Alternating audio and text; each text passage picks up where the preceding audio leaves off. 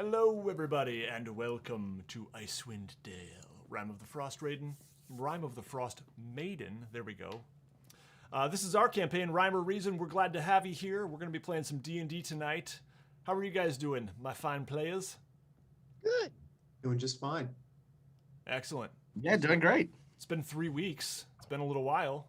And it will be 3 weeks before we play again.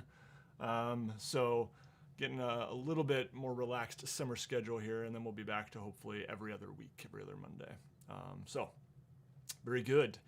Thank you to all in the chat for joining us. Before we get going here, I want to thank our sponsor as well, Hero Forge. Hero Forge is amazing. If you like making characters, which I think most of us do, it's one of the joys of playing RPGs.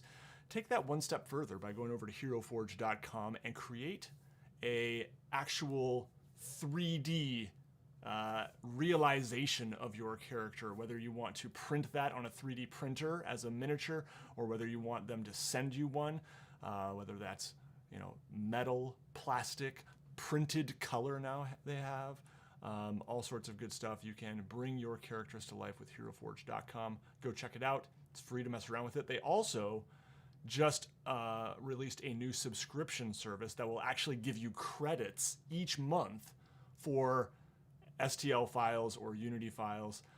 So that's pretty cool too. I'm definitely going to be jumping on that so I can just kind of, at my leisure, decide, I want to print this one on my 3D printer. So anyway, lots of good stuff. Also, just give a quick plug for Dead Aussie Gamer and Dark Sea Workshop down in the video description. Check them out. Get yourself some fancy dice, jewelry, other things. And if you're into D&D, Pathfinder, other games, Michael runs a bunch of those over on Dead Aussie Gamer. So check them out. Links in the description. You guys ready? Oh, let's do it. All right. So ready. So, in our last session, we encountered a great threat from the sky.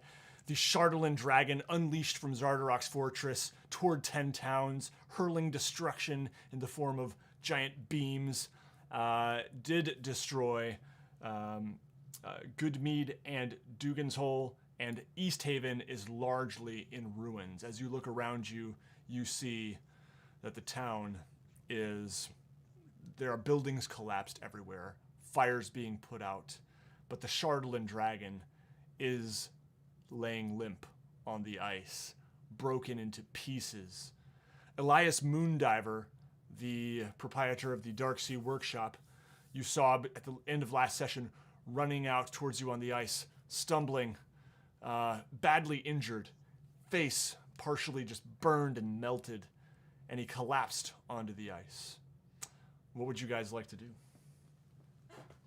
Fizwick had seen this flying up on his little tiny dragon, and he swoops down on the dragon, and he kind of like hops his legs off, just slides right down the slide, and he runs over to Nikos and says, Nikos, oh, this was awesome. I was flying around, and Jonathan was flying the dragon, and I got the moon a bear, and then I got the moon some goats, and then I saw these guys and some goats, and I mooned them, and guess what they did? They threw their spears at me.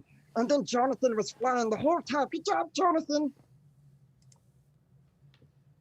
Nico's kind of Nico's having been flying around with him up there, just sort of pats him on the head, like you know what a kid's like super excited about something they've seen on the telly, like he's just like, yes, Fizwick, yes, I saw you were truly spectacular, you and Jonathan, but it seems as though your friend might be in dire straits. And I gesture over to the burnt and injured man lying in the snow. Rukfar rushes over to Elias too and tries to attend to him, medically speaking, just kind of check his vitals, and then cast Cure Wounds on him. Get up, Elias. Yeah, Elias stirs, you see. He rolls over on the ice and, presses the side of his face into the ice, groaning in pain. He's not a young man, and it's showing at his age. You're seeing much less spring in his step than normal, for sure, as he's, hardly able to, barely conscious, we'll say. I've seen him like this before. He'll be fine. Come on, Elias, get up. And he's kind of like pulling on his. Get out. He groans. You also see around you, you guys are out on, let me actually get the map of Easthaven back up here. You're out on the ice by the Easthaven ferry dock, if you remember. Let's see. This is such a bummer. Okay. I need to make that a little bigger, sorry. Okay. And... No, Nate, no, don't do it. Yeah, there you go. It's like they don't need to see my power cords. There we go. Okay. So you guys can see out on the docks here, there is, people kind of gathering around. There are some people sobbing on the ice, hunched over,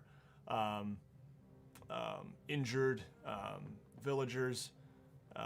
There are also, you hear, a wail coming from one of the structures up on the dock. Just this piercing cry of grief. And you see a woman just pounding her fists into just this big burly man's chest as he kind of staggers back and says, "I'm sorry!" And you see other signs of just destruction, death, and distress all around you. Nikos, make him get up.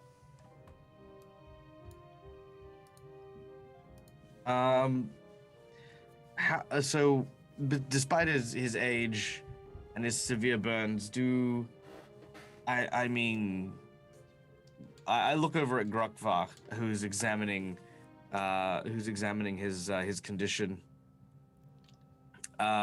What kind of look is Grokvar giving? Is it like, yeah, don't worry, give me a couple minutes, or is it like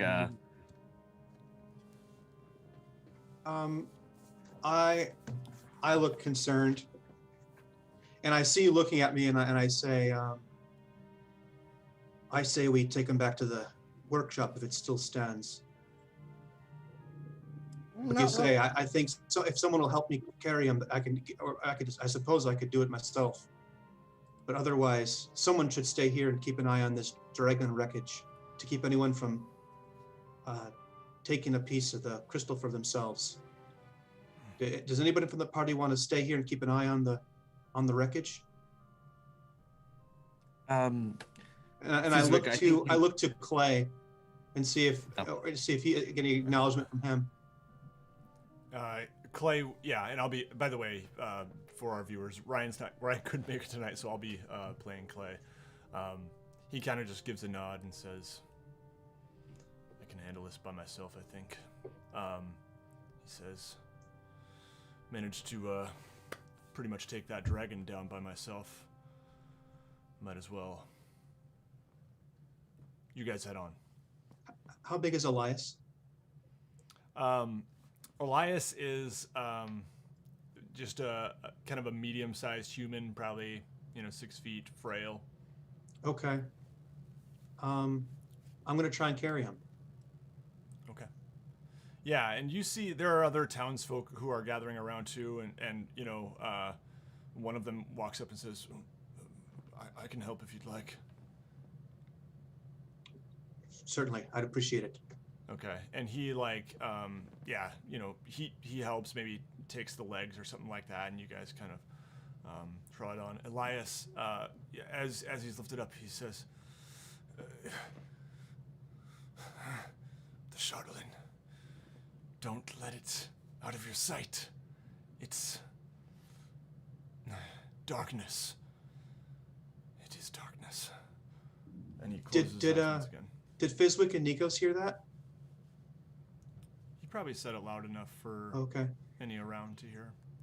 Okay. Before Grukvar departs, he turns to Nikos and Fizwick and he says, "During the battle, I had an intrusion into my mind, and I saw a vision that I could tell didn't belong there. It was a vision that I killed an innocent townsman working next to me as I fought the dragon.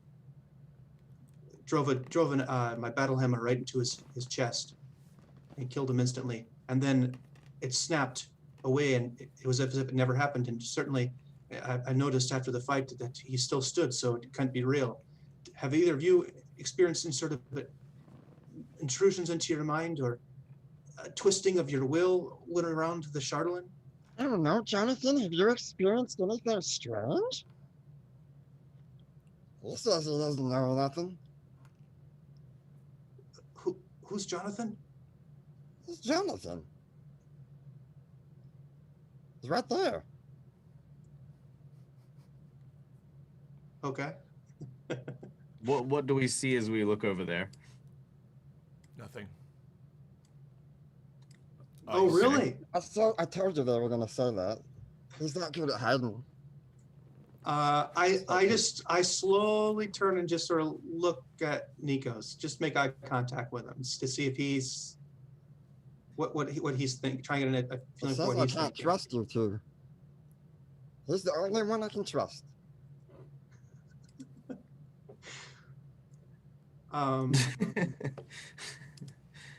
Well, Do I have a mental link with Nikos? Oh my god, can you just snap your fingers like that? And every time you snap your fingers, you get a puppy? There's so many puppies.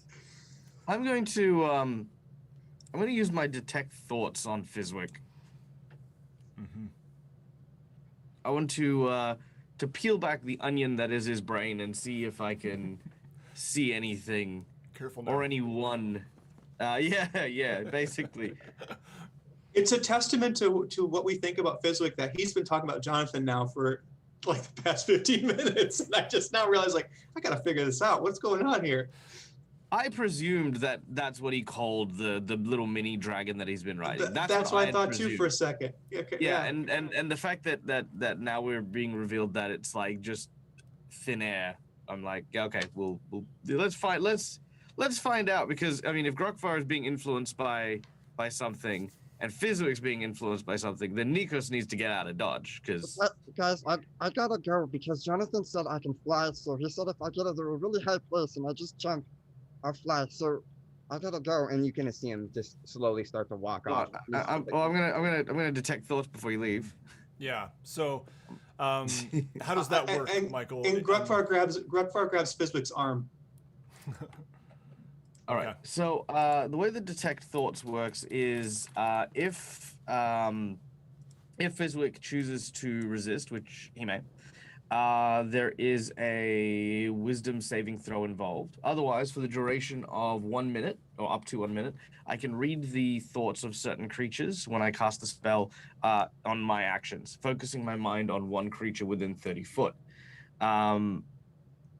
Initially, I learn their surface thoughts, and as an action, I can then shift attention to probe deeper into that creature's mind in order to try and figure out more and more stuff.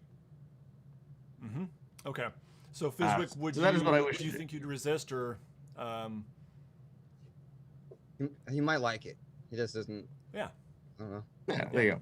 Okay. Yeah, so I'm not going to do anything too intrusive. So as Nico sort of sees Fizwick talking to Jonathan or looking off and talking to Jonathan, after sharing a moment with Grokvar, his eyes begin to glow and illuminate as they do when he's using his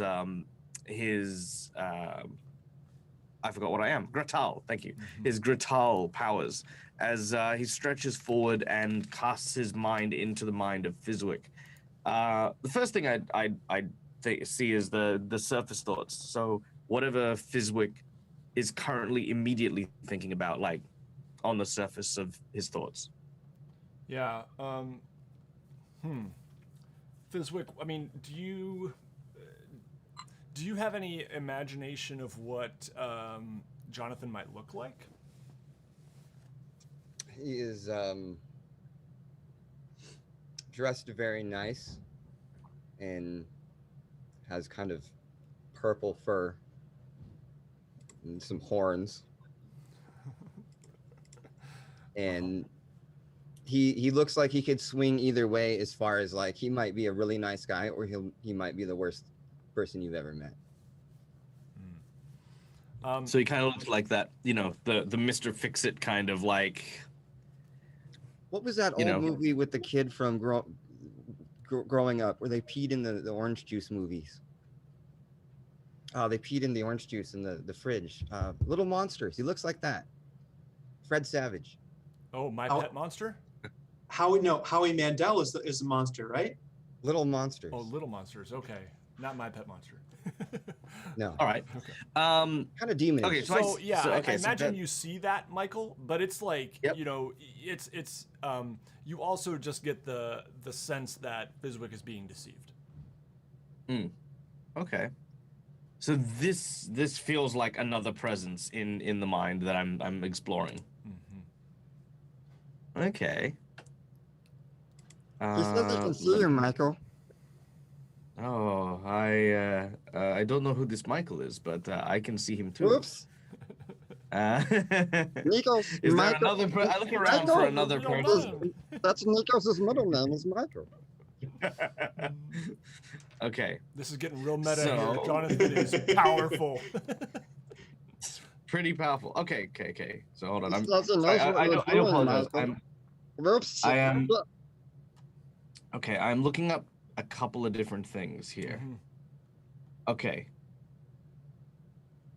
All right. Dude, Here's what I would wow. like to try. Okay. Go Oh, ahead. sorry. Yeah. No. You go. You go. Okay, I yeah, can I'll give you follow. more time to think. While this is going on, you guys see Clay throwing axes at the Chardolin dragon, the corpse of this, or the I guess it's not corpse, it's a construct, but you get the idea. And he's like, you know, stepping back, and he's kind of looking around like, haha, and he's just boom, right in the head. He's like, see, and he'll go retrieve his axe. And he's kind of looking at the townsfolk, and the townsfolk are just kind of giving him strange looks, like as they kind of gather themselves and head back into town.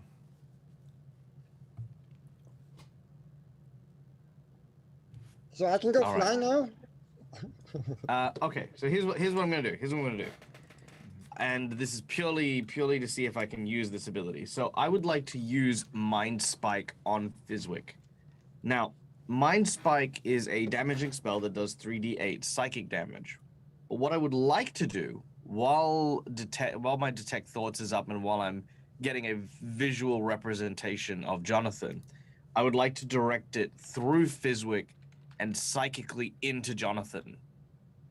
Because the alternate effect of this is if he fails a saving throw against me, I get to know exactly his location. Okay, so you might change that when I clarify one thing.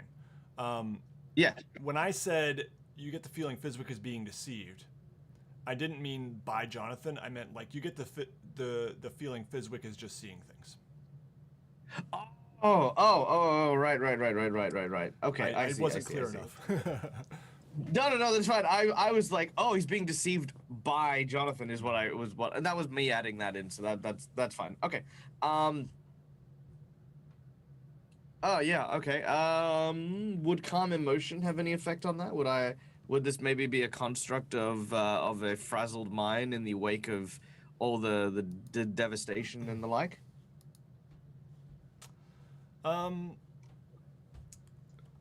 You could certainly try it. Calm emotion. Yeah.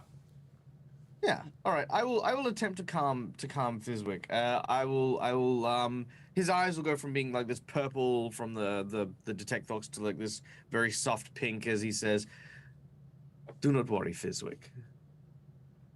Things may be difficult now, but your friends need you. And Jonathan is strong enough on his own. For Okay. now, relax." Okay, I'm gonna relax. I'm just gonna jump off this house though real quick, okay? No, calm down. Fizwick, you see momentarily Jonathan like disappears, and you find yourself relaxing a little bit. Yeah. Grukvar has hold of your arm, and Grukvar, you can feel like Fizwick, the tension kind of fading from him for a moment. Yeah, Fizwick, you still get the feeling that, Jonathan is somewhere near, but you don't see him anymore. Fizwick, what do you say we let Jonathan go where he will for the time being, and you stick by us? Okay, sounds good. I can go later. I gotta see a good house I can use. Elias groans in pain. Would you accompany me and help me bring Elias back to his house? Are you talking to Fizwick? Yeah. Yeah, he helps Grukvar in what short way he can. And Fizwick, I imagine the smaller construct is just kind of perched there by the larger one, like you've left it there, and Clay is keeping an eye on both. Is that cool? Yeah. Would I have noticed that Nikos was occupied with, mentally speaking, and that he was focusing his attention in that direction? Yeah, no, I wasn't trying to hide it or conceal it Okay. in any way. Okay. Yeah, I imagine you kind of get the sense of it. Nikos, have you experienced anything like I was mentioning earlier? I can't say that I personally have, and as far as I can tell, Fizwick hasn't either. For now, let us deal with the injured. Let us focus our attention on helping who we can while they are in need. We can perhaps see to these visions once we are done there.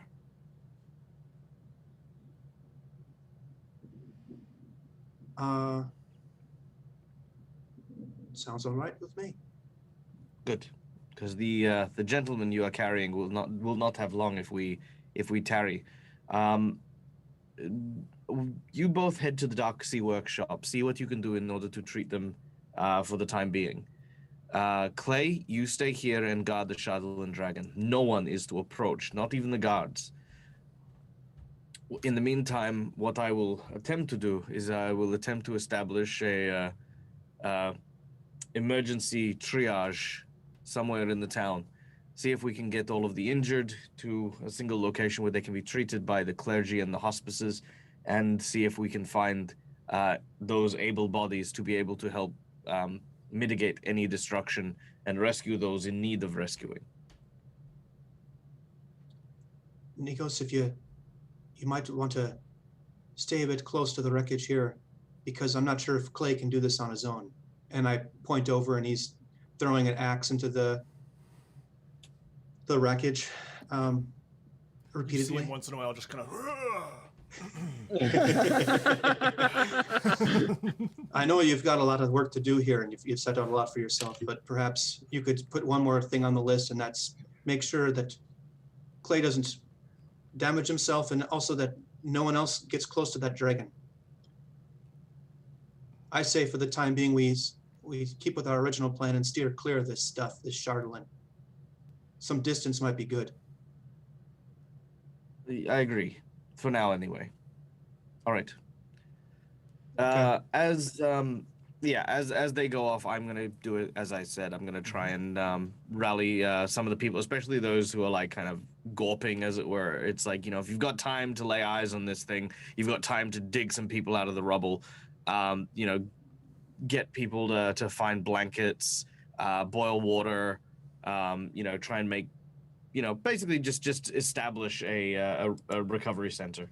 Mm-hmm. Yeah, there's definitely some people that you notice who seem to be kind of taking charge, but there just aren't enough of them. So you are easily able to find, unorganized groups of people who are trying to help, who benefit from your kind of leadership skills and just, yeah.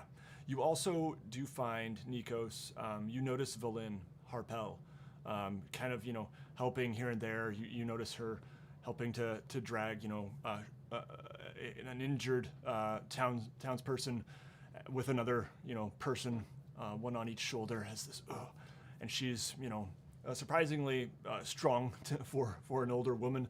As she's kind of helping, she gives you a nod and says, "You all did well.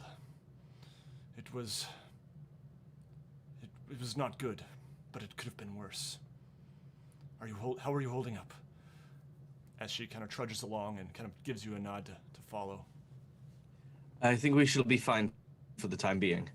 For now, we need to help who we can. This is not the first of the cities to be attacked, so we must work quickly. Yes, there were already reports of refugees from Dugan's Hole and Goodmead who are headed this way, and the town sent guards to tell them not to come here. Bryn Shander or one of the other towns would be a better bet, and I imagine some of our Easthaven folk will have to head that way too. Fizwick is still in good enough spirits that he laughed a little when you said Dugan's Hole. Yeah, and Fizwick and Gruckvar, you guys kind of pass and see Valen Harpel and Nikos speaking, and she gives you guys a nod too, and yeah, Nikos, you continue sort of organizing groups of people. Valen Harpel yells back over her shoulder, "I'll find you later. We have some talking to do." And yeah, Gruckvar and Fizwick, you guys head over to the Darksea workshop. As you approach, you notice that there's a hole kind of just blasted into the side of the building.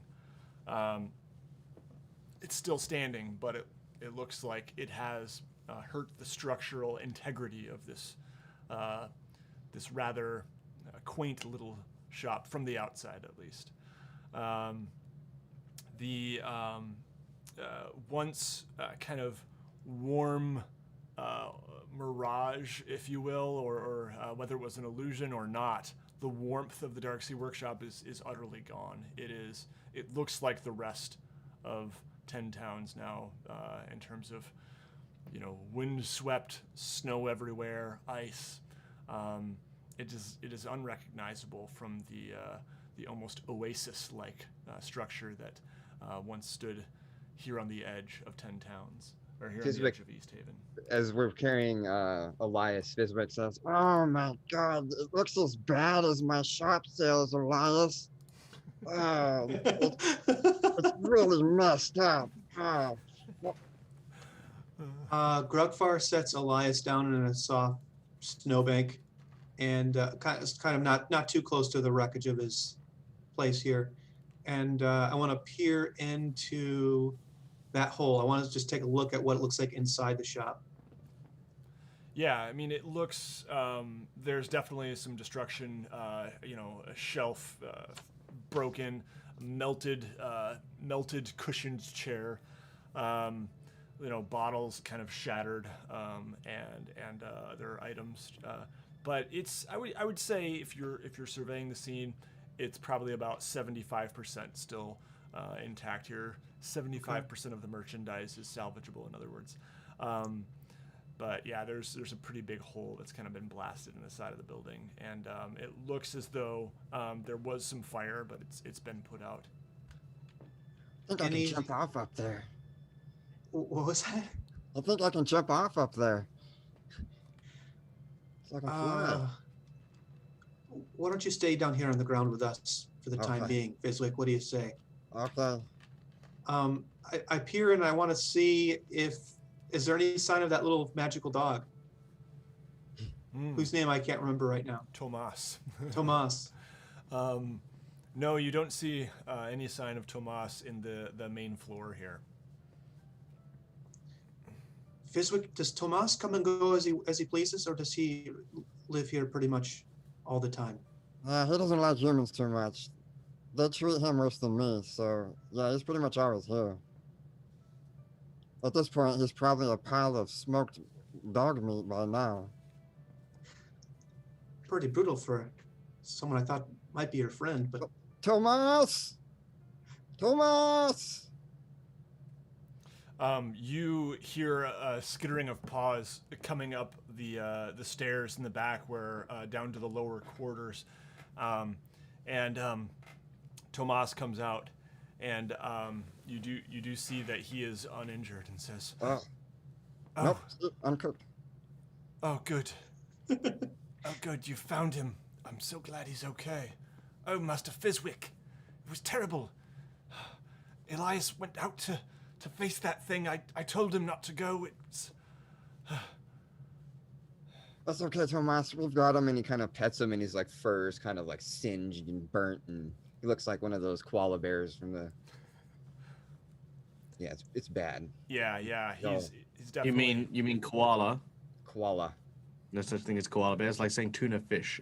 It is what it is, mate. we say both things in America. Yeah, I know. We know. We know. to me, We know man. how you do things in America. Is there anything we could that's on the scene of this wreckage here that we could use to prop up over that hole? Is there Gruckvar would like to try to do what can be done in the near term to repair it. Yeah, I mean, Tomas would say, well, always do keep some lumber down below. If you want to go, I can show you where it is. The storeroom. Lead me down there. Let's take a look. And he leads you down some stairs. You go past the rooms where you all had stayed previously when you stayed at the Darksea Workshop. And yeah, he kind of nudges this door open. And inside there are there's like, you know, some beams basically, as well as some tools. And there's also like, it looks like some you know, canned goods. Also sort of a cellar. Okay. I wanted to carry some of those beams up with me, and any other supplies, hammers, nails, etc. Mm-hmm. And I ask Fizwick, Fizwick, are you good with a hammer? Yeah.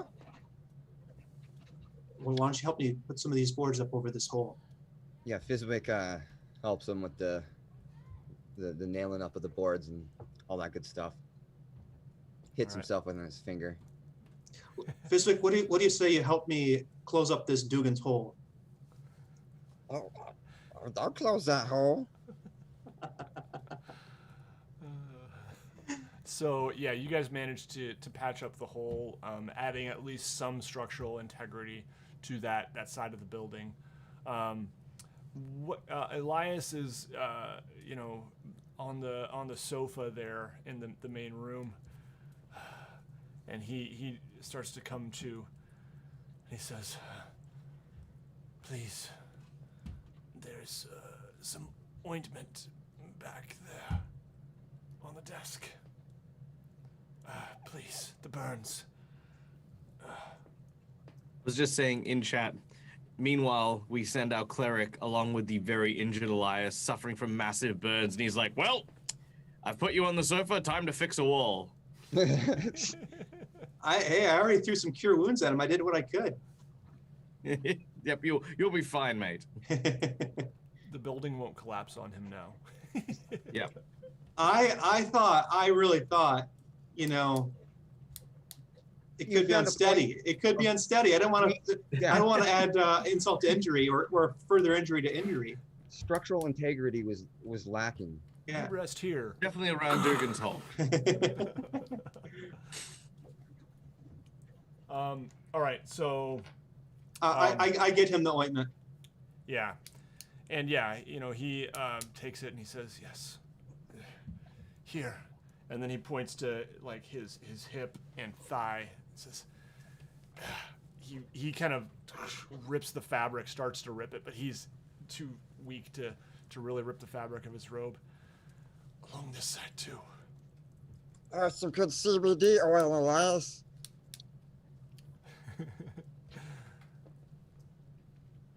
What does that stand for? I don't actually know. I don't know. I mean, in this, I want to see what you would say in this world. I got some right over there, but I don't know what it stands for. Well, I know what it really is, but That's a cactus bottled sauce. can I try and assist Elias at all with a medicine check to try and at least make like pulling that burned clothing away less painful? Mm-hmm. Yeah. Sure. Go ahead and make a medicine check. Yeah.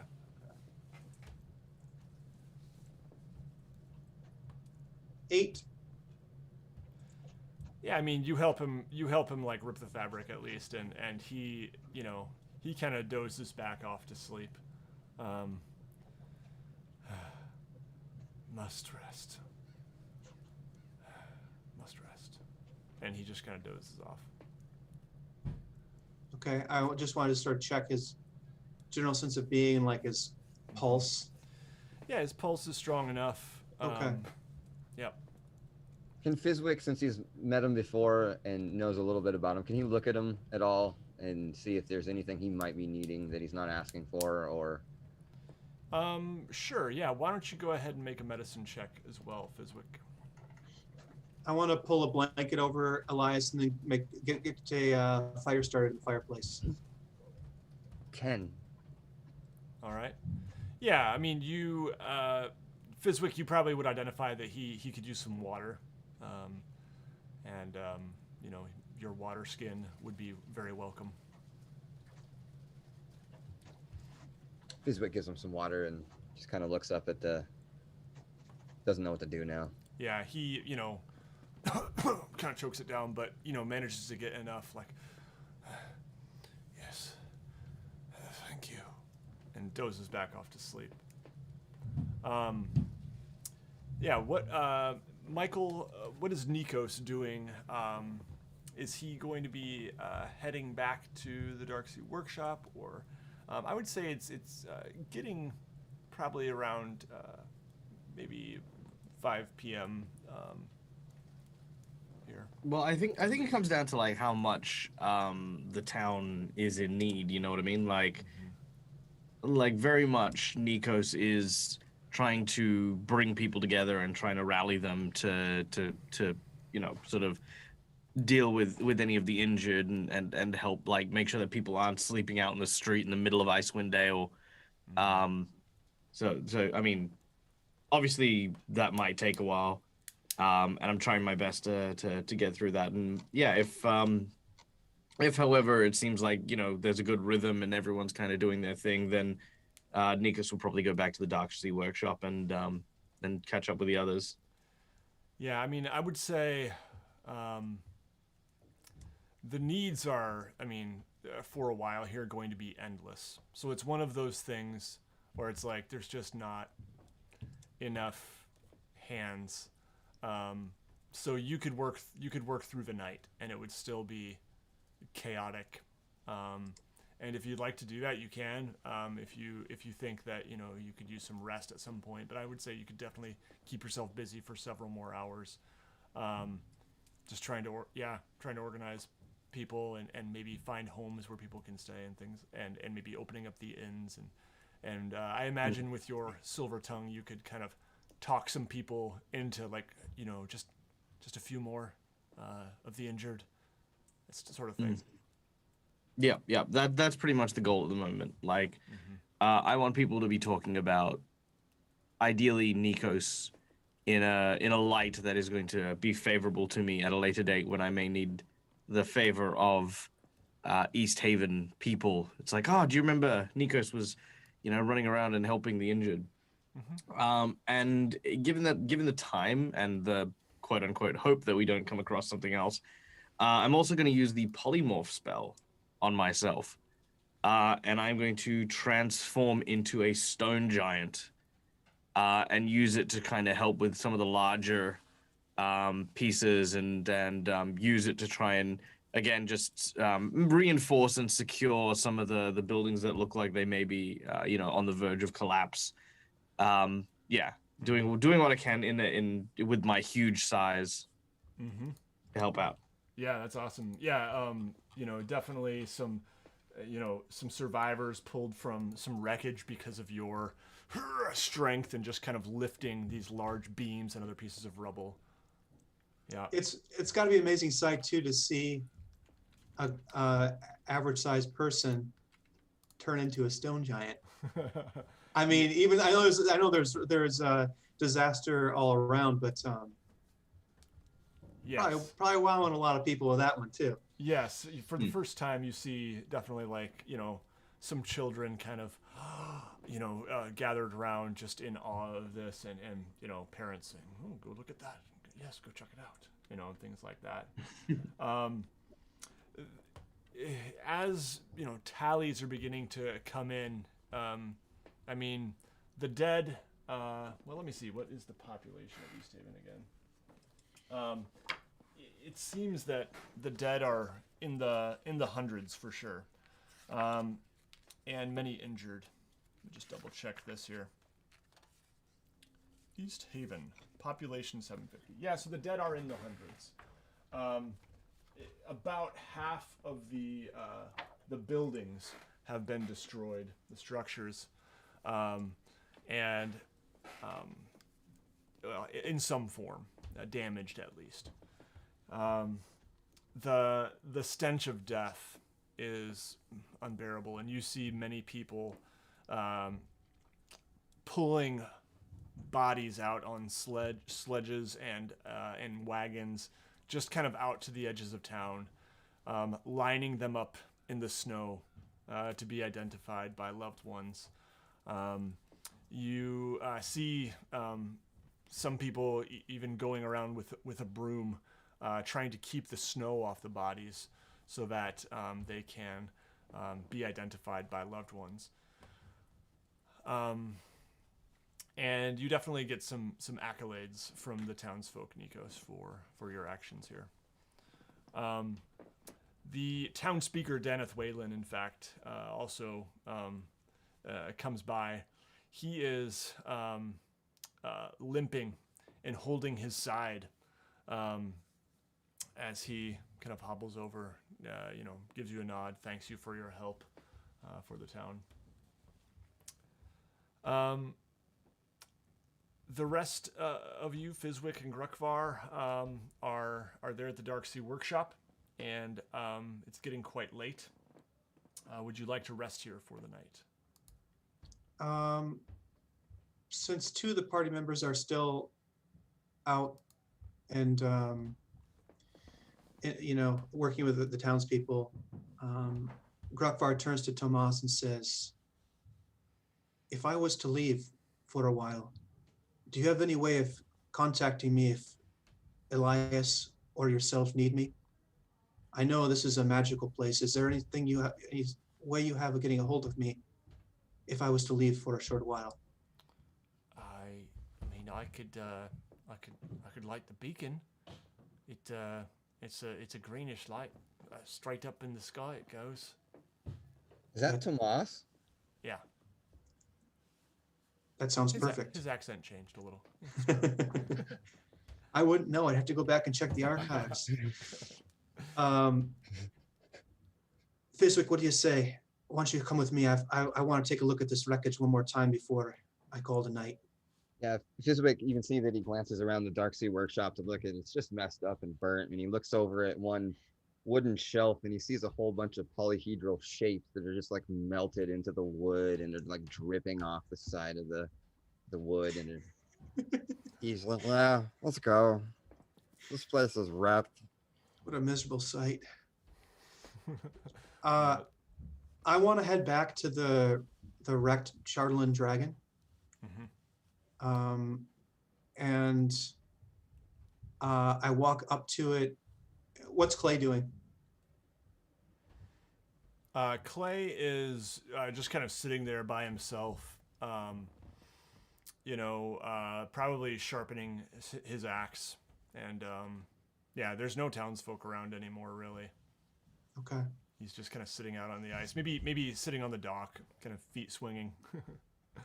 I walk up to the wreckage and I kind of reach my hand out to it, and it's like I'm about to touch a hot stove.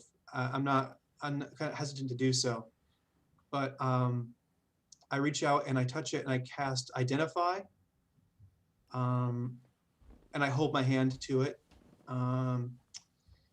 And in doing this, I'm able to learn the properties of if an object is imbued with magic, and if it is, then I can learn about its properties, how to use them, whether it requires attunement to use, and how many charges it has, if any. And I learn if any spells are affecting the item and what they are. And if the item was created by a spell, I learn which spell created it.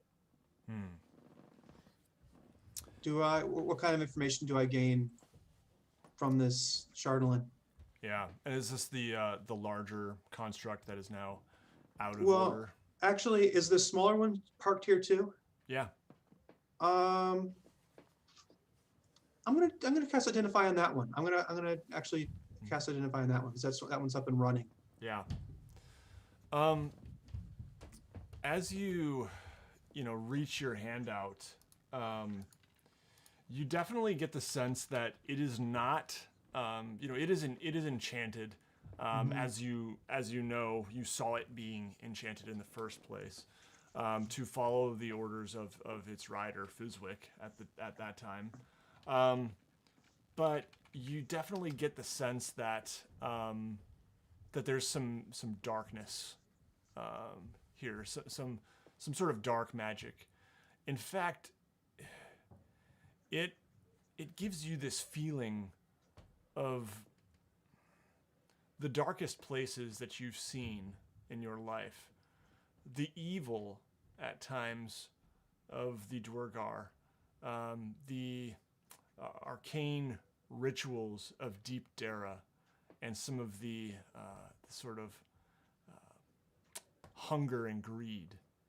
It kind of flashes, almost like a scent that you remember, that gives you a strong memory of these kind of dark rituals that the Duergar would perform in your when you were a part of that society. It seems to hold a bit of that darkness, this Chardolin does. Okay. I step away from the Chardolin dragons, and I ask Clay to do the same and walk back a couple paces, and then I say to Fizwick, Fizwick, I could use some of your magic here, I think. Do you remember that is it 2 or 3-headed goose you created down in the forge of the Duergar fortress? Do you remember that? Do you remember how you did that back then? Can you do something like that for me now? As he was saying that, he was almost petting the back of the dragon, and like up close, he can see. If you look at it, it's almost like shimmering, like on a hot day, like the armor and the scales, and he's almost like lost in the translucency of the blackness. Yeah, whatever. Fiery goose. Yep. And he's just kind of staring at the dragon, and Man, this thing was sweet. You know, I got to say it's a prime example of Duergar engineering. I'll give him that, but I'll tell you what. Right now, I need you to step away from there, because what I'd like you to do is create some kind of illusory gate or something to scare people away, keep them from touching this thing while we're not here. The last thing we need is for townsfolk to get their hands on this stuff. Could you do that for me, Fizwick? I need you to use your imagination here and conjure up something that would keep people from getting close to this wreckage and touching it. Fizwick gets in his bag, and you can see him clicking around, and then a spark, another spark, another spark, and then a torch lights up, and he sticks it right in the ground, and he does some weird shit with his hands, and then the goose just pops up and right next to the dragon, and it's just doing its like just randomly just kind of like firing in all directions. And he takes another torch And I guess if I'm gonna bend some rules this time. And he lights that one up, and he stabs it into the snow, and he lights another one up, and he makes a huge perimeter, and he gets the fire to connect to each torch, and one solid object of just fire hopping along. It's still one Green Lantern-like construct, but it looks like there's a dozen gooses breathing fire, and it's still all one solid object. That's great. All right, I'll tell you what. I'm ready to call it a night. How long will this last here before it turns itself off? Yeah, that's like a long time, like 8 hours, I think. Let's see. Control flames. Michael? Oh, I just wanna take a moment here. So immediately after this town was attacked by a giant flaming fire-breathing dragon, destroying many people, killing tons of folks, after rescuing these people and putting them in a hospice and, you know, kind of looking after them and stuff like that, We're summoning now- a big giant goose. Yes. now rampaging on the ice just immediately after, with literally no context to any of the people of the town, is now a multi-headed flaming goose that they've never seen before. Michael, this is psychology 101. What's scarier to them at this point than a giant flame? Yeah, but why goose? are we trying to terrify the people we're here to save? For their own good, to keep them away from this wreckage. Yeah, I thought we want I them to explained stay that. away from the UFO. I see. No, that's fine. I'm just catching up with Duergar logic here. Okay, very well. Let's keep everyone in fear instead of, you know, just asking them. Well, you know, I know this is evil, twisty, turny kind of magical crystal. I don't know. It might trick people into touching it. I think this is the best way to do it. Well, I mean, what best use is there for a flame-breathing goose illusion than this sort of? I just needed to catch up on that one because I was just like, I definitely think Nikos, is somewhere like, bandaging this old woman's arm, and it's like, I hope you're feeling okay. Don't worry, everything's safe now. And then suddenly,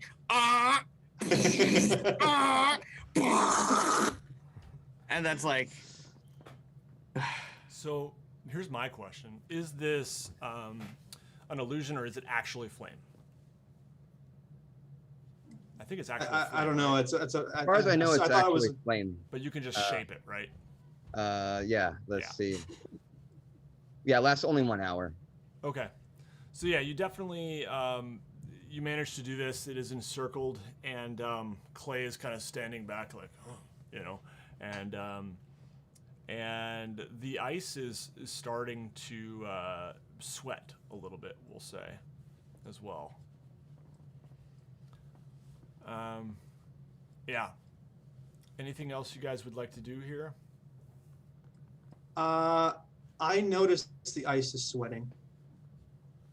And is Nikos around?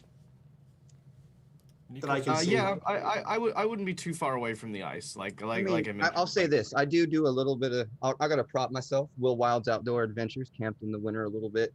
It takes a lot to melt ice, like a lot of heat. Like there's no way if this place is cold at all, you ain't melting nothing out there with no flames. Like in the dead of winter, you could drive a dump truck full of garbage across the. It's just not gonna. You could find a tree. The ice is very thick, and it's only gonna have a little tiny bit. We could have a fire on top of the ice, and it's only gonna go down like a tiny bit. So yeah. I know where we're going, but keeping in mind that's also not like, I mean, fire is a very constant type thing, whereas in a fantasy world you could have fire that's like hot enough to burn a campfire, which is 1d6, versus a fireball, which is a very sudden explosion of like 10d6, which is 10. And saying an explosion is like 10 times more powerful than a fireball, for example, depends on what the goose is doing. Like if it's sustaining 10 times the heat of a standard fire. It'd be like throwing thermite on ice, which definitely would melt it way faster than, say, holding a flame to it. Yeah, it doesn't make it any more hot or anything like that. It just just makes it a little bit brighter if you want. I can change its color. You just made it blue. So you guys definitely see, and Nikos, you would kind of see some townsfolk looking out there if you're kind of on the edge, like just kind of, whoa, what's happening out there? And someone else says, oh, we should probably stay away. The yeah, you can now see like the shapes, Nikos, of Grukvar, Fizwick, and Clay out there. You're quite certain it is your friends. Oh yeah, yeah. I'm definitely certain of it. I will I'll take a moment once again to just sort of make sure that someone is looking after everything here before I make my way over to them. And then yeah, I'll head over to the screaming goose and be like, so um what's up? I took a closer look at this Chardalyn dragon, and upon inspection, this Chardalyn has a potential, I believe, to warp all our minds and to twist anyone who comes into contact with it. I don't know exactly how. I don't know how it comes to pass, but we've got Fizwick here, who's seeing a new friend, who the rest of us can't. Well, actually, Who sat on a dragon. Oh, you did see him? Yes, it is purely a fabrication of his own mind. Well, they've got that's a situation that he's in right now. I told you about the intrusion I had earlier when we were fighting it. We got Clay, who's a little bit more of a bastard than usual, and seems a bit abnormal to me. I'd say, as far as I am concerned, I want this wreckage locked away forever. I don't want it anywhere near anybody. I want to put it down at the bottom of the lake if necessary. And this ring of fire around it is melting the ice, and as far as I'm concerned, I hope it cracks and falls through. But I wanted to let you know in case you thought you've got a better idea. I don't want it to spend the rest of the time with you hearing about how I ruined your plan. So if you've got something you've got in mind with this wreckage and you think you can save it, and in doing so still spare our lives, then I'd like to hear it. Fizwick says, Yeah, that stands for me too. Okay. Well, let's start with some of the basics. Firstly, that we do not know much about the Chardalyn nor the dragon. We have interacted with Chardalyn in the past, have we not? That might be part of the problem. Who has the bag of Chardalyn? Who has it at this moment? Lifts his Currently hand. it's Clay, yeah. It's Clay. Okay. Yes. And we've had it for quite some time, even come into contact with each of us, and I attest to not ever having any of these visions or portents that you speak of. The trouble lies in getting rid of Chardalyn. It is not so simple as to place it into the bottom of a lake. All it means is that it is beyond our reach, rather than beyond the reach of those that might do it ill will. As far as the voices, having inspected Fizwick, are you so certain that you are also like Fizwick, not simply under pressure? I've been under pressure my entire life. I've never had visions imposed upon me. True, but you have also never squared off and witnessed the murder of the head of your clan before either. Oh, I've seen that at least 4 times in my life. Duergar are constantly killing each other. And have you, by your own hand, done this? I must say I have. It was You killed other leaders of your clan? on 2 occasions. Ah, how bizarre. Normally, I think by that stage you would have taken the leadership of your role of clan lead of the clan, but very well. In which case, nonetheless, I did not do it alone. Duergar well, almost always you didn't worked. do this one. Duergar almost always worked together. Oh, certainly. Well, you are not exactly a typical Duergar now, are you? Working with others in the way that you have? No, but I've, as you know, I've been on a journey. Yes. I think the Chardalyn warrants more investigation before we decide to dispose of it. Least of all, in the event that the Shadowland is not out of the reach of those that might abuse it. As someone who is studied and learned in the arts of arcane, I think I would be better suited to understand it before we decide what to do with it. I have no intention of using it. In fact, I have the utmost respect for the strange and magical material. I don't wish for anyone to find themselves in a position where they are acting upon the whims of someone else, especially not in an area that I wish to, well, for the time being at least, bear roots in. So you may, at the very least, put your mind at ease that I have no ill intention with said machination. Well, these are words from a Thayan master. I don't know how far I can take them, but listen to me. I know you've got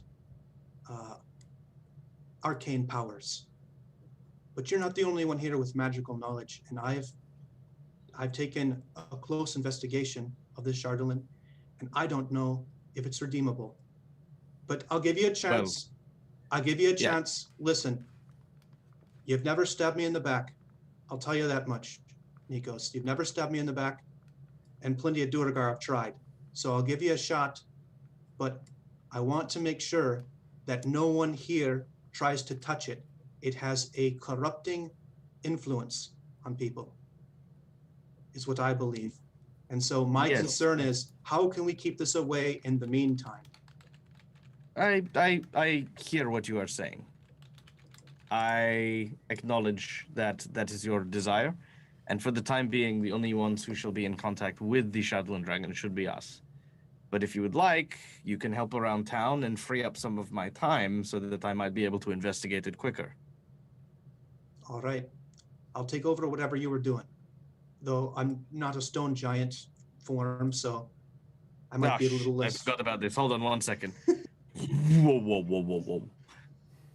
And I will return to I forgot this whole time. I'm like crouching down, looking at it, and I completely forgot. Yes, no, I'll cool. So I will do an inspection of the Shadowland Dragon. And you also notice that Clay has kind of, he's a little bit back on like the other side from you guys of the dragon, but you can see him off to your side.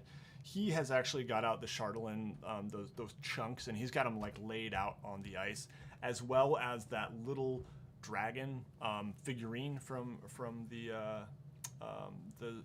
Zardarok's fortress, and he's just kind of like, looking at it as you guys are talking about the Shardolin. He puts it down on the ice and kind of steps back. Okay. Clay, could you do me a favor and throw that behind the flaming gooses, or geese rather? I suppose. That's what I was gonna do anyway. And he kind of gives it a little toss over the flames. All right. Grugvar returns to working with the people that Nikos was working with. Okay, and Nikos, you would like to investigate a little further? Yeah. So I want to investigate the dragon in full. So ideally, I want to kind of see what residual magics lie inside of the dragon still. Whether or not it still potentially could be activated in any way remotely. And I want to also see what Grokvar is talking about in regards to like visions and voices and the like. Because Nikos is, at the moment, Nikos is kind of more like, Michael is like, obviously, seeing what's happening. But Nikos is very much, Fizwick's made up a friend. That's fine. And Grokvar has also made up a friend. He thinks that everyone's just stressed out. You know what I mean? Like, that's his answer to it is, no, these guys just lack the mental fortitude, That's okay. They're not Thayan, So they're probably a little bit more sensitive to this sort of stuff. So he's trying to be understanding in his very condescending way. So he's being cautious, but not like, again, he's putting like all of his stock in like, oh, this is a magical battery, Mm-hmm. It's like he doesn't expect that someone's going to be trying to communicate or trying to manipulate using this thing. Because, you know, in essence, his logic is it's like using a car battery as a, you know, speaker. You know, doesn't really. Yeah. So Yep. investigate. So yeah, from the larger Charlatan dragon, you definitely get the sense that like there's no magical energy emanating from it anymore. It is, you know, dead. You don't get the sense that you know, it can be controlled or revived by any normal means. You know, parts of it are lying. You know, a wing is crumpled and fallen off. An arm, you know, one of its legs rather is just kind of, you know, completely crumbled there. The head looks badly damaged. There's no, you know, whereas that orange glow, completely gone, no light whatsoever. Okay. By the way, was there anything inside it? Like, I've always been curious. Like, is it like an armored dragon, or is it like just plates of Shardlin and Duergar steel inside this thing? Yeah, it is actually just plates of armor and Duergar steel. You can see, like, in parts that are broken, that there's no fleshy bits at all to this thing. There are some gears, some metal, some hinges and things like that, and yeah, lots of Shardlin. So Nikos finds that incredibly fascinating, I mean, while I lack the technological understanding to be able to do anything about it, is there any reason Nikos would, given that there's no magic in it, I am just going to touch it. I'm going to touch the, you know, take off my my glove that I've been using, and lay a hand upon the sort of visor on the top of the dragon. Yeah. Yeah, I mean, you don't really get a sense of anything in particular. You know, you kind of maybe get a slight sense of dread. And that's about it. So, all right. I think Nikos sees this as a resource. Like, so there's no. Sorry, this is just Michael's knowledge because I don't have the exact knowledge on it. Shardlin, once it is devoid of magic, is it still valuable as a material, as a resource, or is it like once it's inert, it's like it's gone, it's dead, it's been expended? Yeah, I mean, you would probably know, and all of you would know from being around 10 towns, that it's generally quite feared. Like, you stay away from it. The history of 10 towns, and the history of this evil wizard who kind of infused his tower with demonic magic during the time of the Crystal Shard, and that blasted and spread throughout, you know, various parts of 10 towns. Still, the general feeling that maybe you're getting is there's still something here. It's not alive, but it's dark. And that's kind of the general feeling of 10 towners. Okay. I feel like that's superstitious gobbledygook. And this is a very valuable resource that we may be able to utilize. Because I see an enemy beyond the Duergar, and I think that the Shardlin will definitely help, especially if, you know, worst case scenario, it does have some mental properties and stuff like that. Nikos is kind of imagining he'd be able to fashion like a helmet that might be able to help protect against mentally mindy-bendy things or something. So I'm going to approach the group with his findings that there's no magic in it. It has no connection to anyone or anything. And that likely your visions or anything that you may have seen may have been a direct attack upon you by someone else. And that the Shardlin may provide materials that will allow us to be able to protect ourselves from such attacks in the future with the nature of the dark material.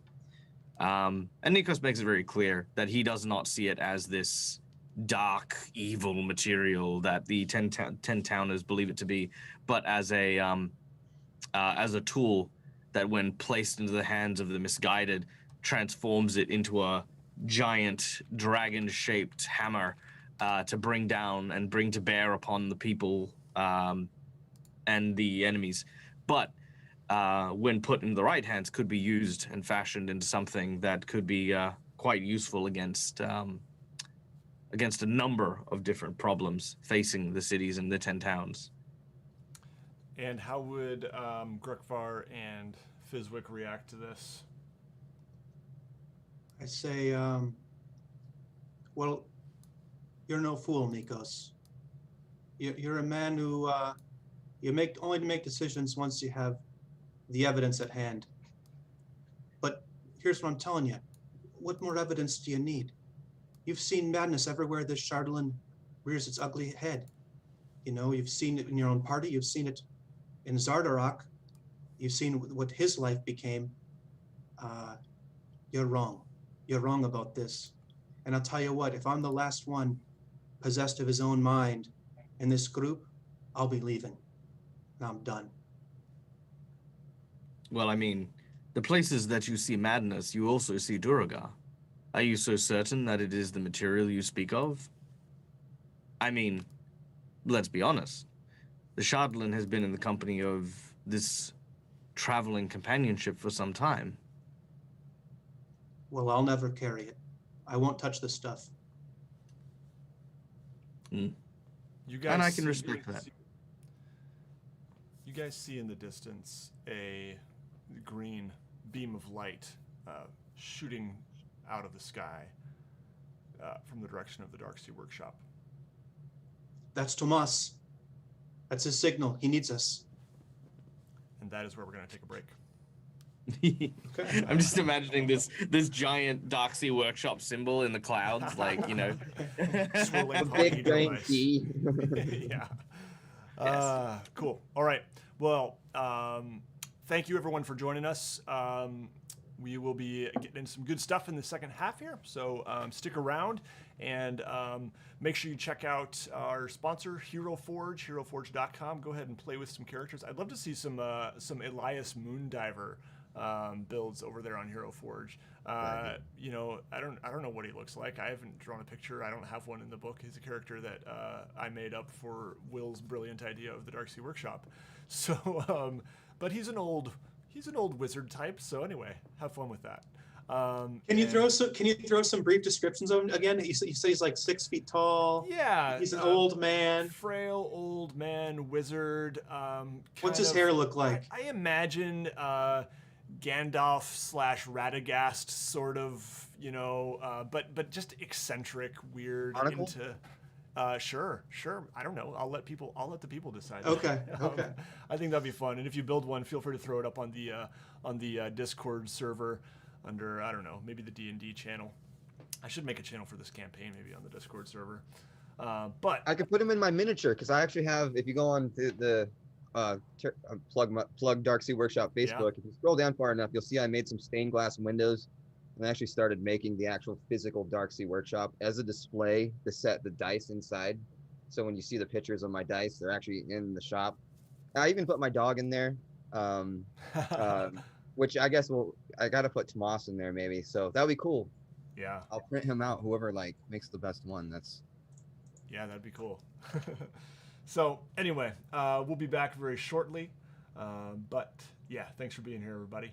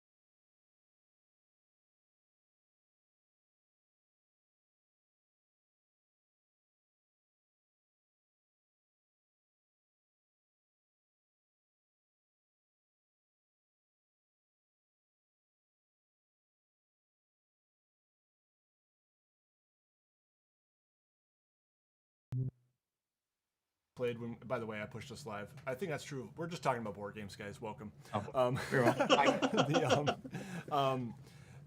Yeah, like D&D. If I had gotten the D&D box set as a kid, like I don't think. I mean, even 32-year-old me, I had a little bit of trouble with it. So I certainly never blame anyone. And it's a common story, I think, that I had D&D, but I don't think I ever really like learned. We did something like it. I just don't think we really played it right. Or I had D&D and I played in a game once at a friend's house, but like I never actually ran it. I just had the books. I think that's a commman story. That could easily Yeah, I think for me the first time I ever played D&D was Pool of Radiance. That was my first exposure to it, and then my very first actual D&D game was my partner introducing me to the Pool of Radiance supplement D&D adventure module that came with the actual game. That I just kind of when I played it as a kid, I threw it away. I was like, I don't care what this is, because I didn't know what D&D was.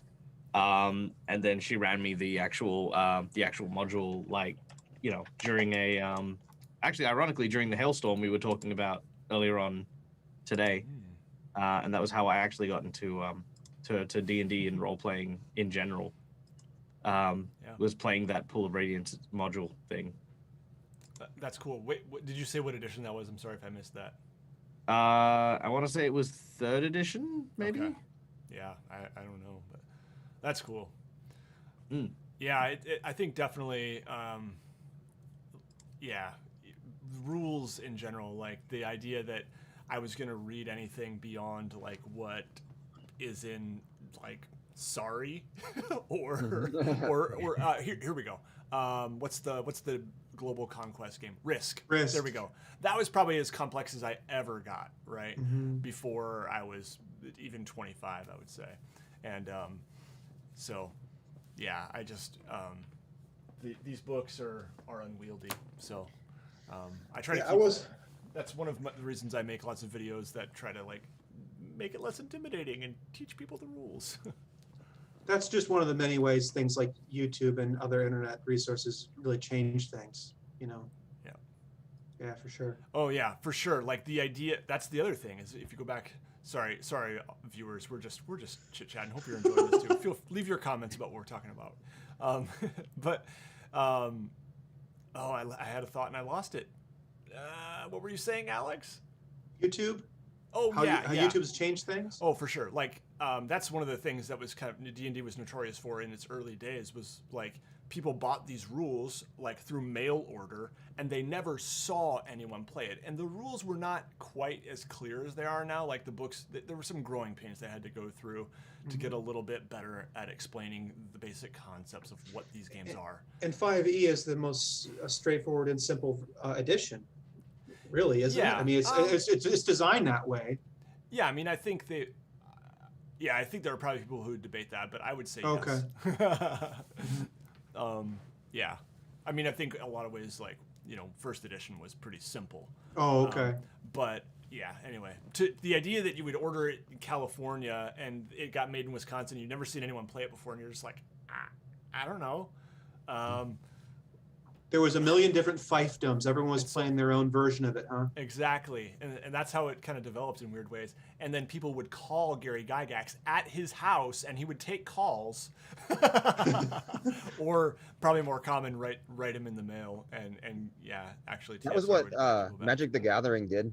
Me and my girlfriend back in the day, we settled like 2 arguments that way. There was actually a hotline and they're like, so if you play this card and then if you play this card, and then does this happen? And some dude was literally there.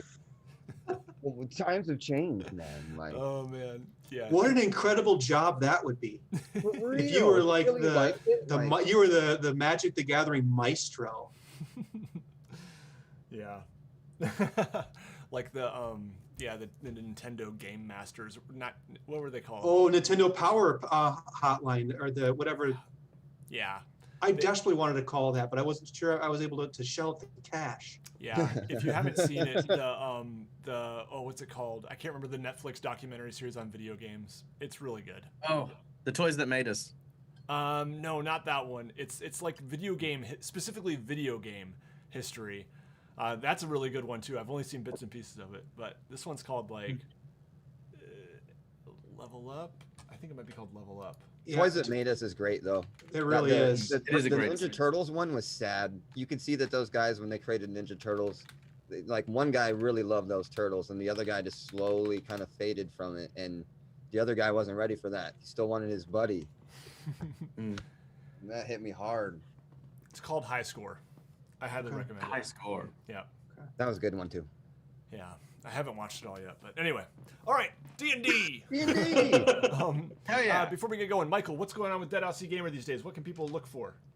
Oh my god, so much stuff. Oh, actually, hold on. I'll put up an ad. I'll give an ad to Nate. Because I am doing a show next week with a bunch of all-star Antipodian individuals. That'll be out on the 10th, I want to say.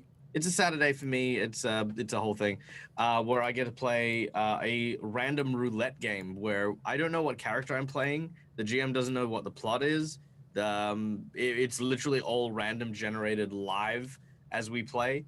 And there's some pretty big names there as well. So yeah, that's what I got coming up. Apart from that, I'm working on a few little projects here, and I'll be doing some world building and campaign designing on my Twitch channel. So if you want to come check that out. For those of you who don't know, I created a homebrew setting called Olestria, which I run a lot of my campaigns in. And we are taking to the high seas sometimes very soon. So I'll be writing a oceanic piratey kind of adventure because pirates are fun and I like pirates. Yay. That's what I'm up That's to. awesome. Yeah, that's cool. Very cool. And don't forget to check out Dark Sea Workshop. Oh, so links to that stuff in the video description. And don't forget to check out Dark Sea Workshop to support Will and his awesome craftsmanship as he's making. He's got gorgeous D20s up there, jumbo size, normal size, pretty sparkly D20s.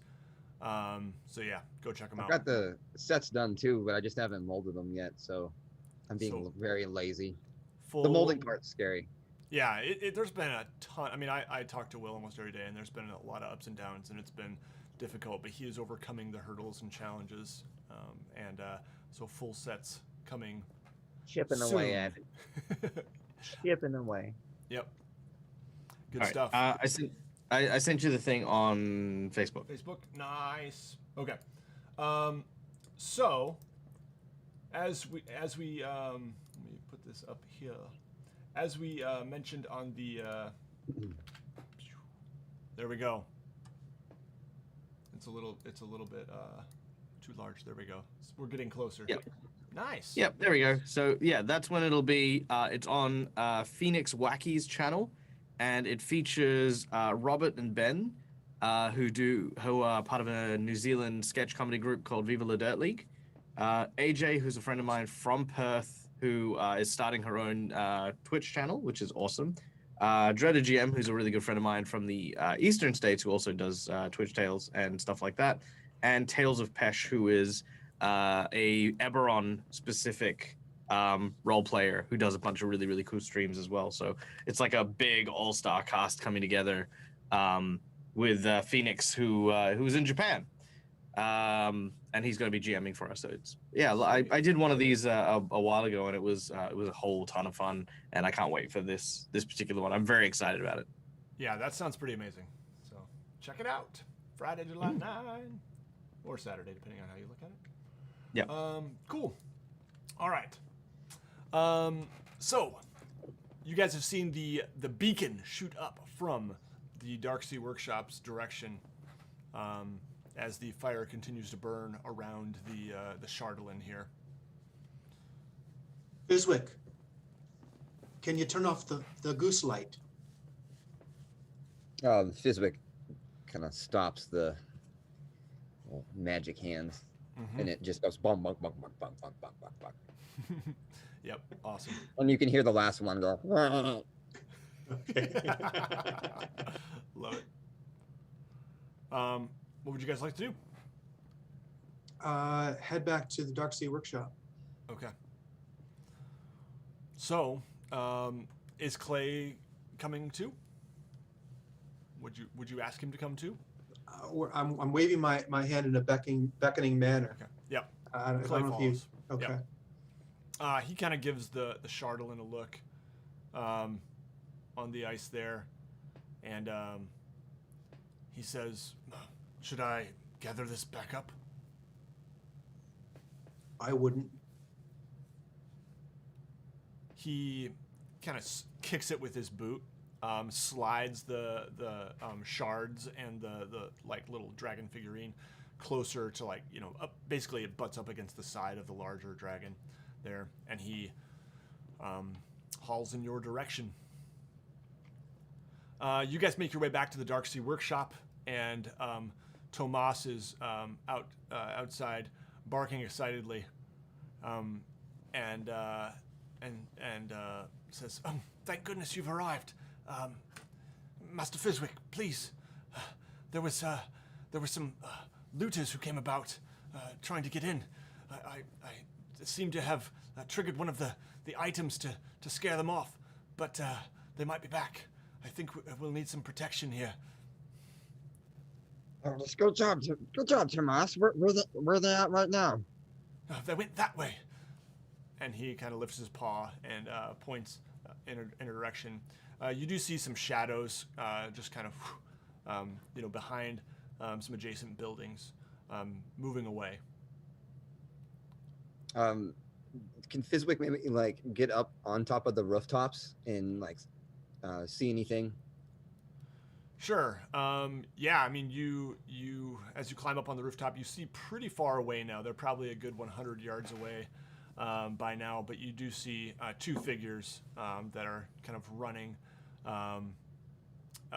basically south toward the main thoroughfare there, the Eastway. You can see Fizwick kind of like point in the direction, and he said, you can hear him saying something about Nikos, and you can't make out what he said, but he's clearly pointing in a direction, and he's something about two of them. Okay. Let's see. What have I got left? How far away do these shadows appear? So I would say they're probably about 200 feet away, something like that. 200 feet? Yeah, I can't reach. And I don't have a fly spell left to catch up with them. Okay. Look, I don't think chasing them is going to be the right thing. These people who attacked could easily be anyone, and if we leave here, that might mean more looters will come. Where are the guards? Where are the police? Where is the order? Yeah, I mean, you definitely sense a lot of activity back down by the Eastway, which is quite a ways south of where you are. There's people kind of making their way slowly along the road. Fizwick has drawn an arrow, and you can see that he's now aiming. He's got up to a 320-foot range, Okay. and he's hoping that maybe if he can just hit one of them, he can start a blood trail, and we can track where these guys end up. Before an action can take place, hopefully, I don't know if I'll make it or not, but I say, Tomas, what did they take from you? They didn't take anything. They were just trying to get in here. They saw Elias. They didn't see me. I just decide then to just step back and see what happens here.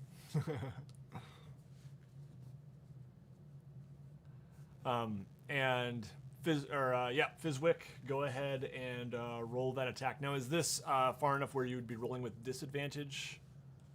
Is it a short bow or long bow? Or what? It's a short bow. It 300. So I think the first number is usually 80/320. Yeah, so it would be at disadvantage. So the first number is normal, and the second number is with disadvantage. But you can absolutely make the attack. Okay. So I think if you right-click D&D Beyond, we'll let you roll with disadvantage. The first roll was a 12. Can I use my inspiration to try to reshoot did Or your does that first work that roll way? as in like your... Oh, yeah, I rolled disadvantage twice. I roll? have to roll twice, right? Yeah, you roll twice. Take Okay, the so that's- lowest. The lowest. Okay, 12. 9. Yeah, so I'm going to use my inspiration. Okay, yep. probably Someone stupid. commented last time saying, "Oh, you have to declare you want to use your inspiration before you roll," but I don't really play that way. We're playing D&D the old way, where you make up your own rules as you will. That's right. Okay, As so long first as- roll was a 16. Next roll was a 13. Okay, you definitely hit one of them. You see a stagger as this person is running and then kind of thrown off their balance a little bit. Go ahead and roll the damage. I hit him. And you can see he's pointing. Rockfog, Nikos! And he's like, he kind of trying to describe where I shot him at. Okay, damage. 6. Okay, Just up in 6. 6. Yep. Runner down on the ground. The other one starts to like drag his friend a little bit and then ditches him and keeps running.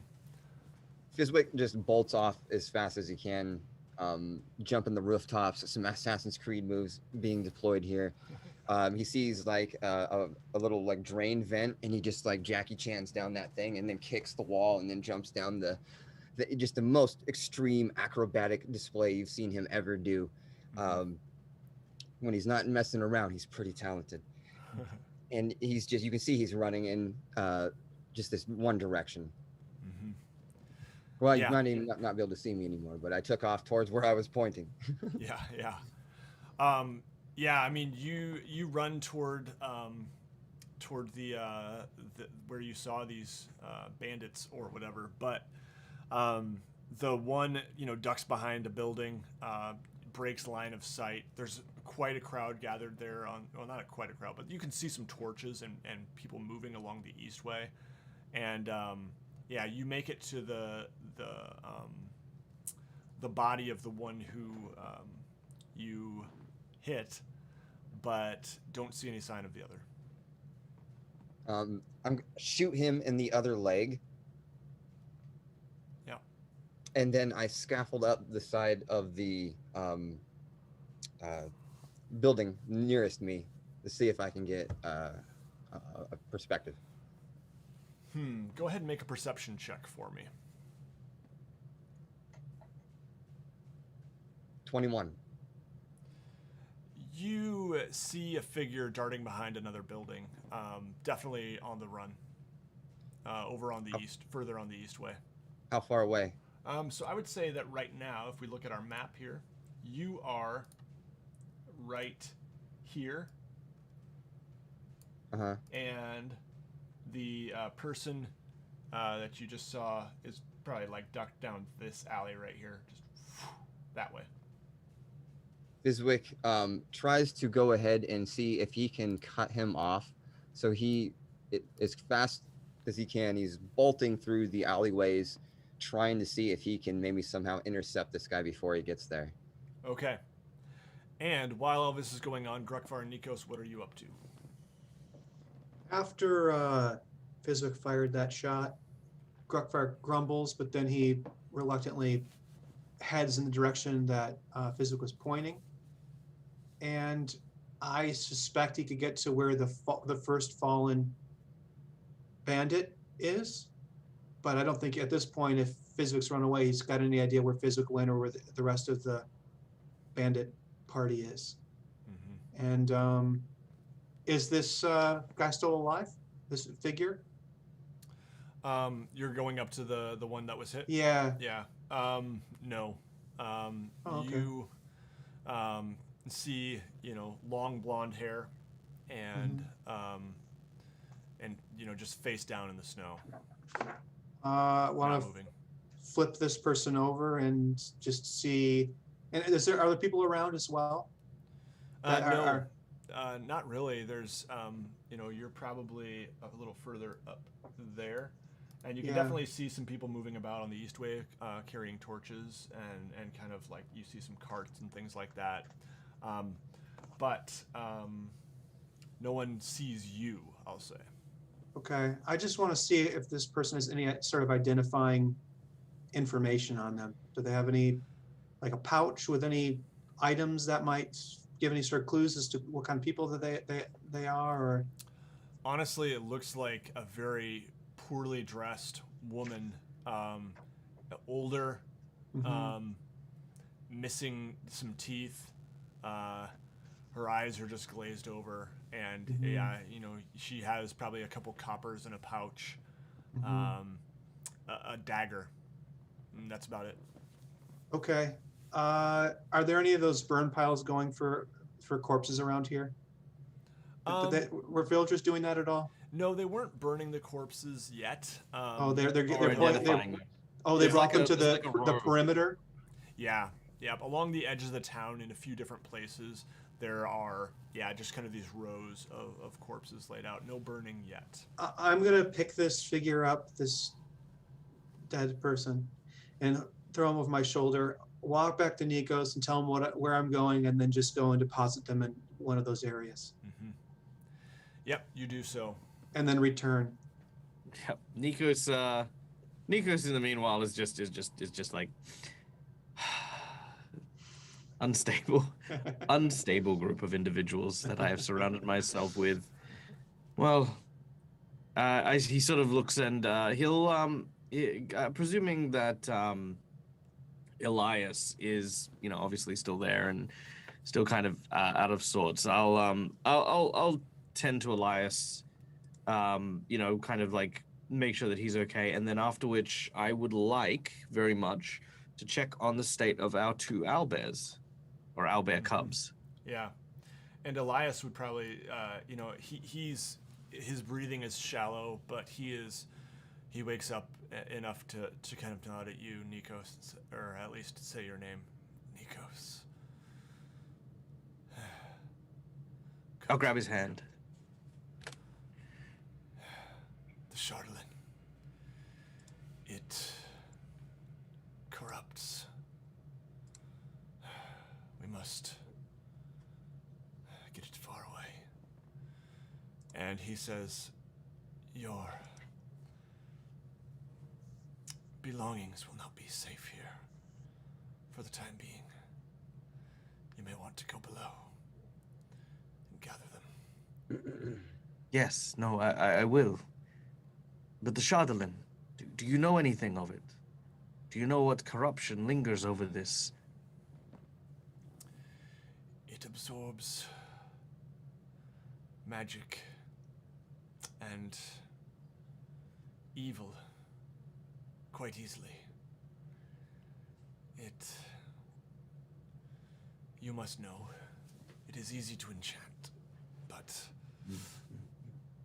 it carries a darkness to it. I saw it in Fizwick.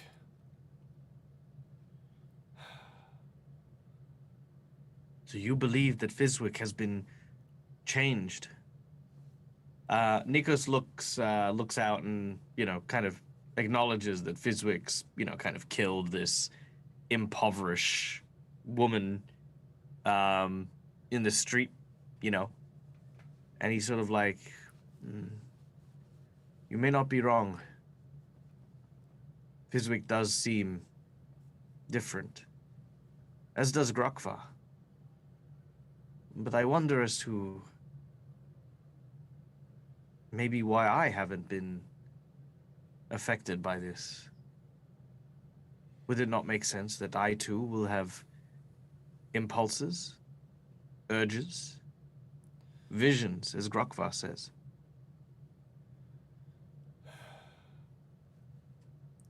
We will speak more in the morning. Yes, must yes, rest. I will. Yes, for now, yes.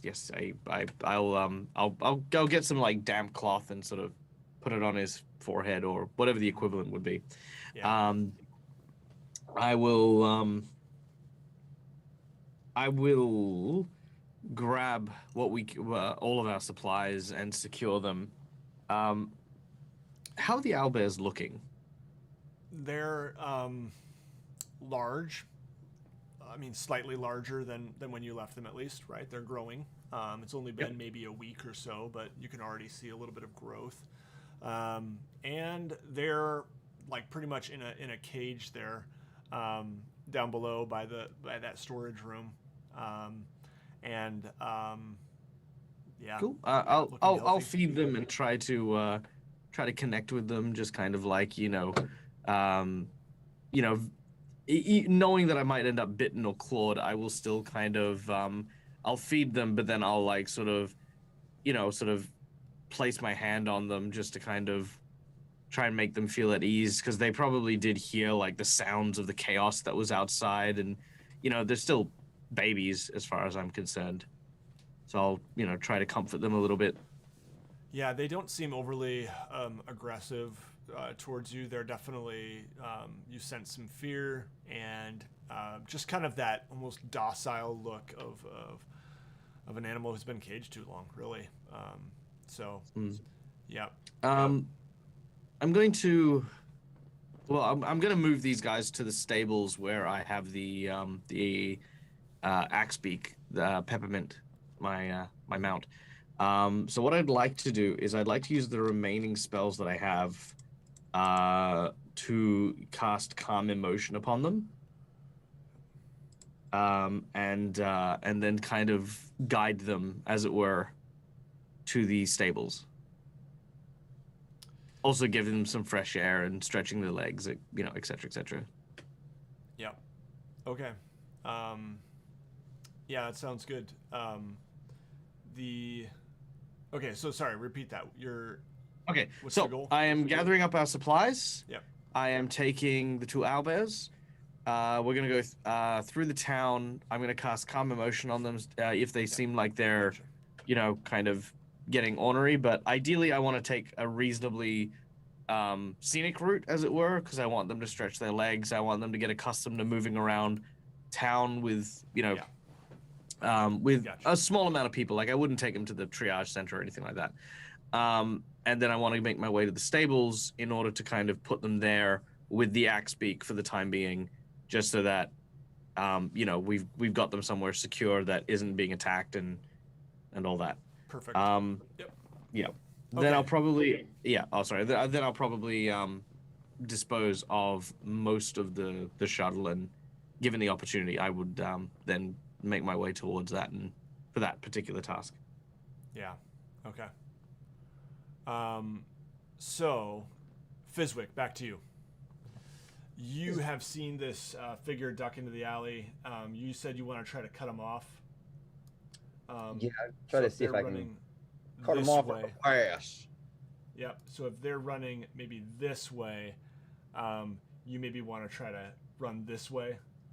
And Fizwick keeps seeing Jonathan like pointing at him, and Jonathan had whispered to him that if he kills these guys, that he'll save Elias. Okay. Yeah. Very good. All right.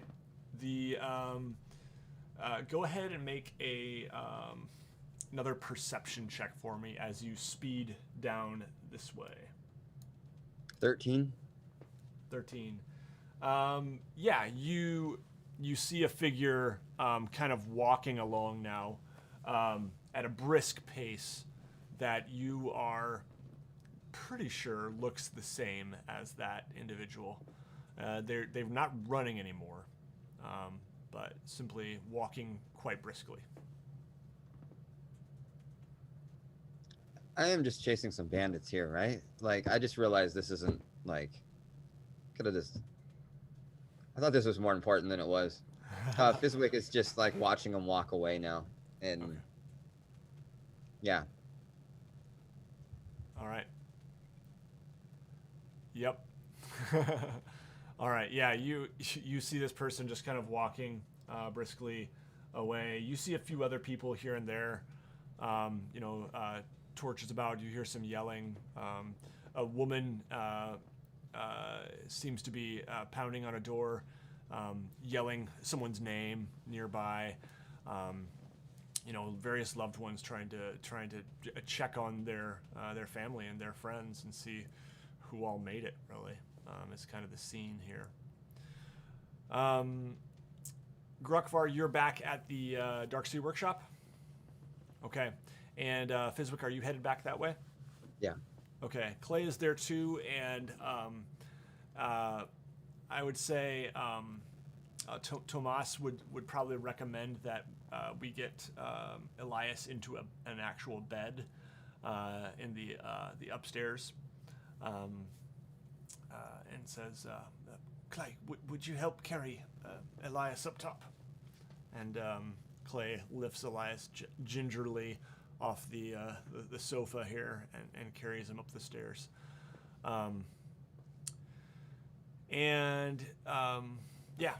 It's getting quite late. It's probably about midnight. Would you guys like to get some rest here? Have we been told where Nikos is? So we're kind of aware that he's... I assume, Nikos, you would have told Grukvar where you're going?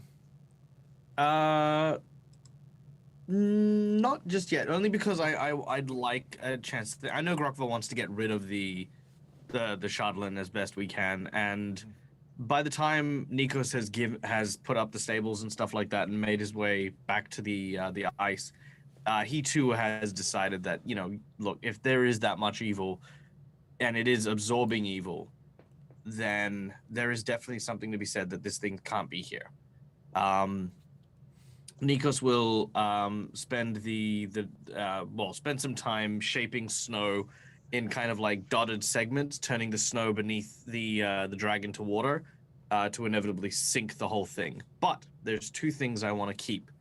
I would like to keep a claw and the head.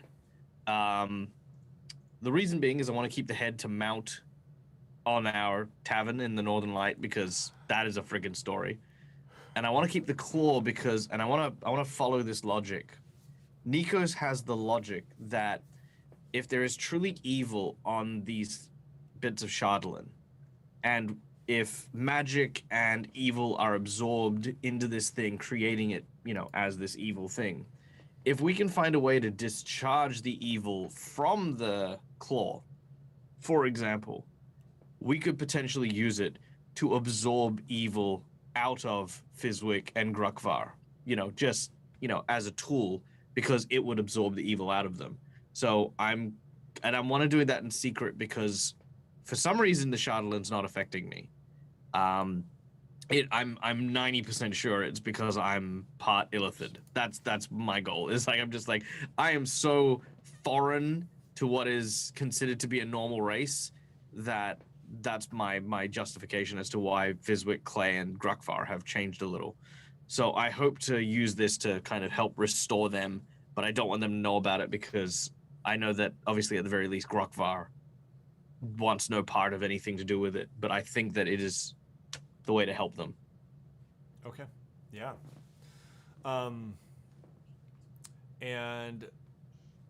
So you managed to grab these items, and the rest of the Shardlin dragon and the other bits begin to sink below the water.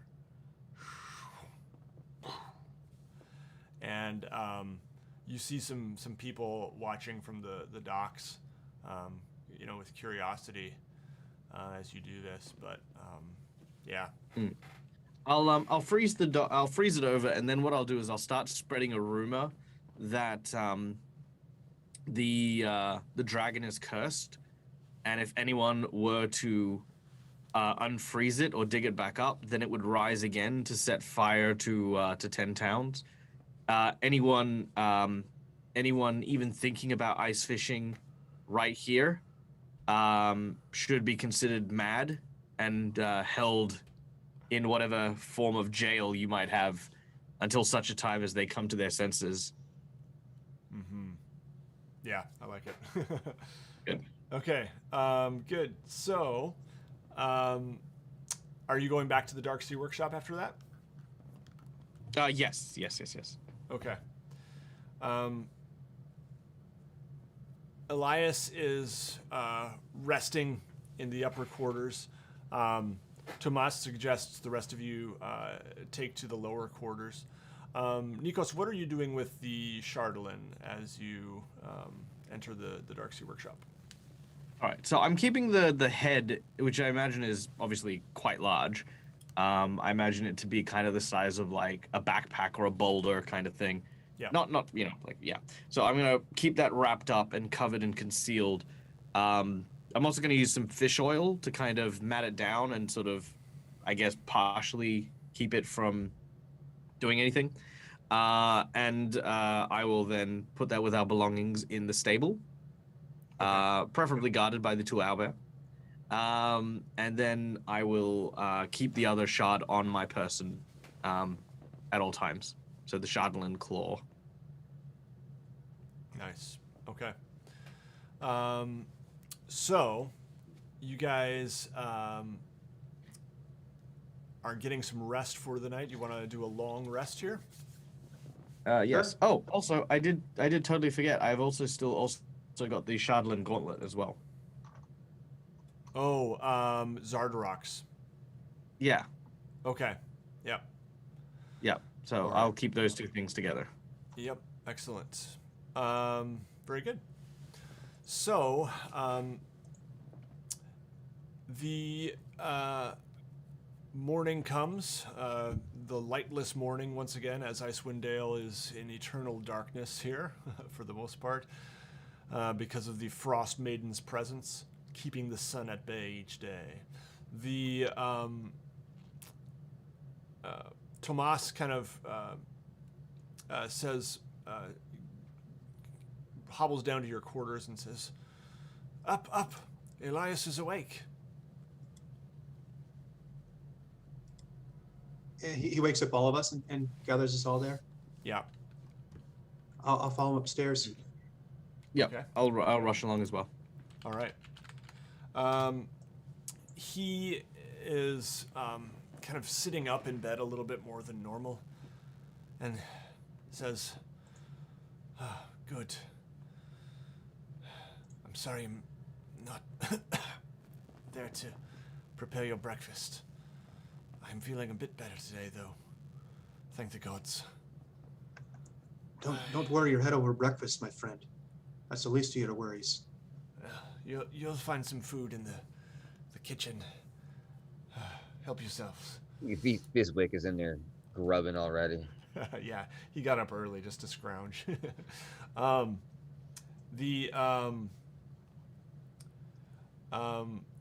First off, Nikos, would you go ahead and roll a D100 for me and tell me what you get?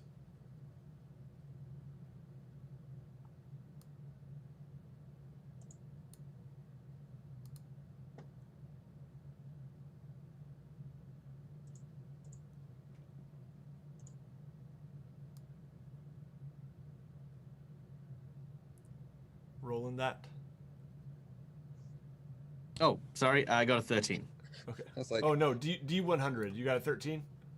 Yeah. Okay. Oh boy. All right. Cool. I'm gonna PM you something here. Ooh. Secret message.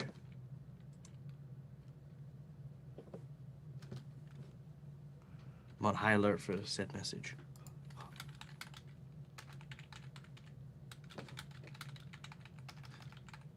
You suddenly get visions. You must kill Grandpa.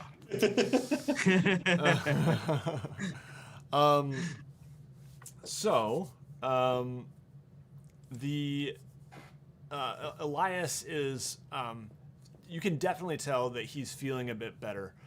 And he says, "Fizwick, come closer."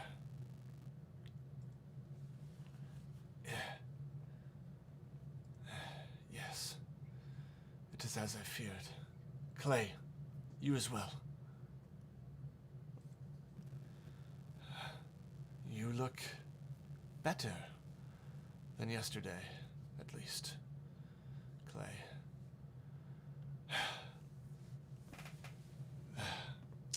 It's the Charlatan. It must be disposed of. It will cause you to go mad over time. I have researched this extensively. We must be careful. Do you have any more of it? Yeah, he wants to make a helmet with it. I don't know if you'd know that though.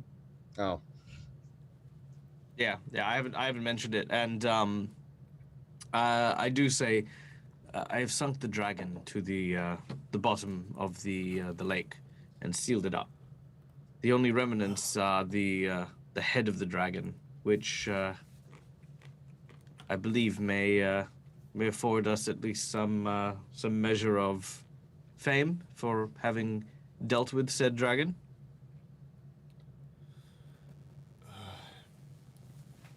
It must be dealt with very carefully. It's... He winces in pain as he kind of shifts in the bed. You must not carry it on your person. That is... too close. But...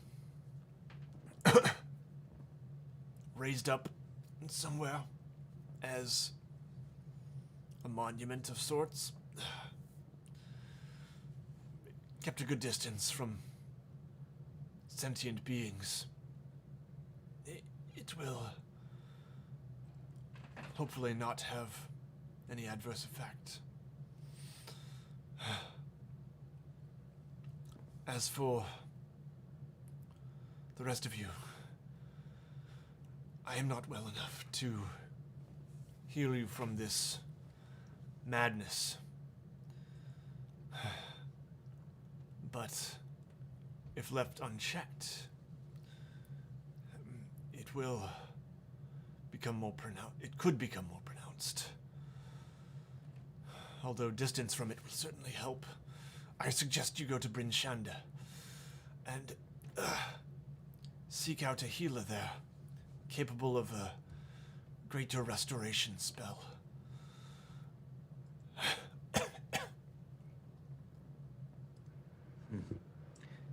Last night before I retired, I took some time to prepare a spell for today.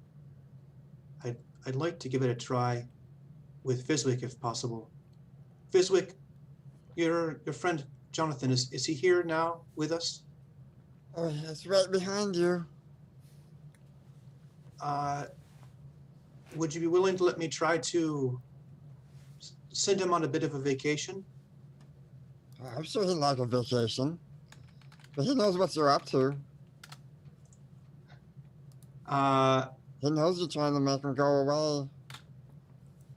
Jonathan doesn't like that.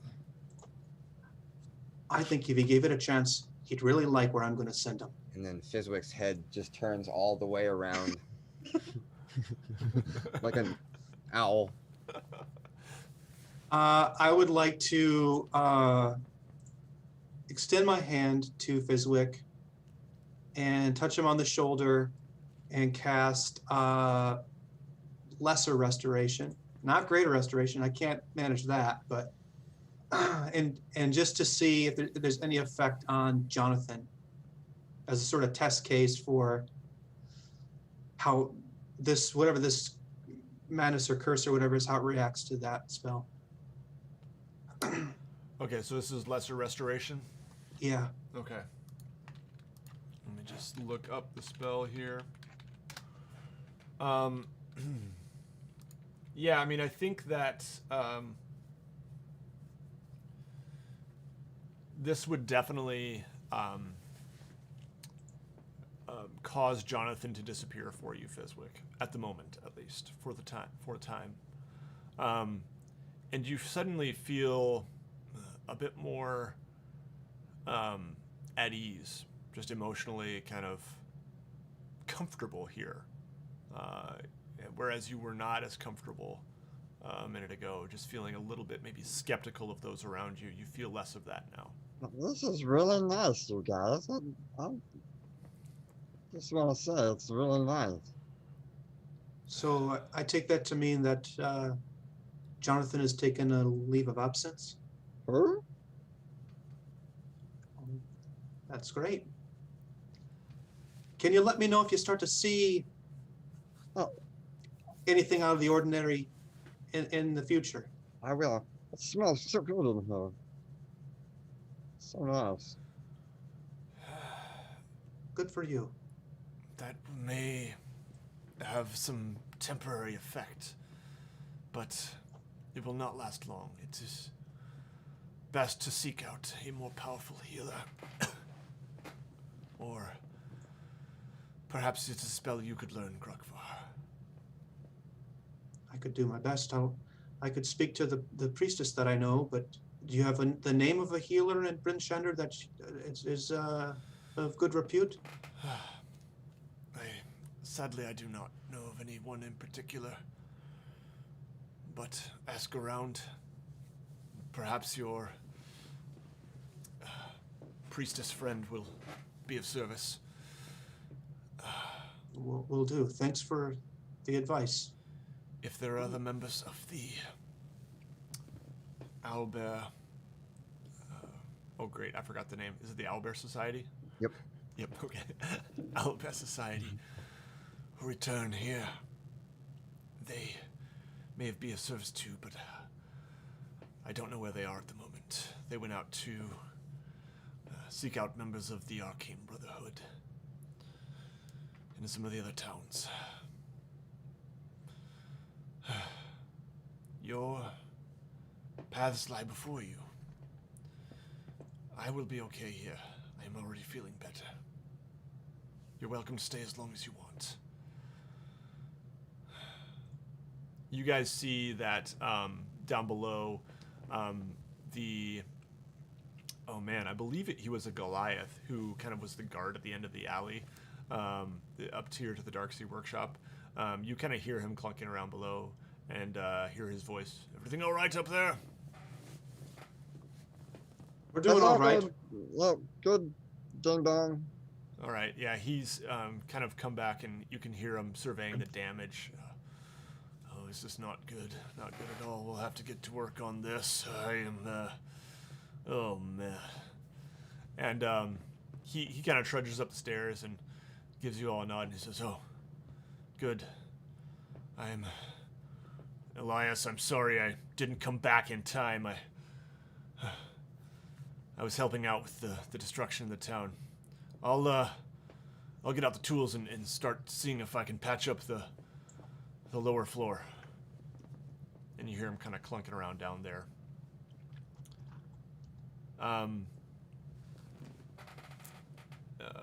You guys remember that there is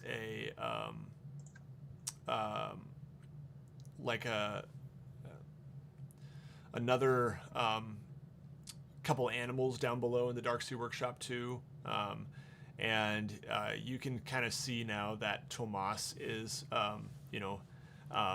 trying to kind of nudge them back into cages and such, as there's like a parrot and a couple other birds and other things. So you hear Tomas and this Goliath fellow down below both kind of keeping themselves busy. And Elias just kind of says, do you have any more questions for me? No, I think you've made some of the risks we face pretty clear. I think I may be able to help a bit to return the kindnesses you've bestowed upon us. I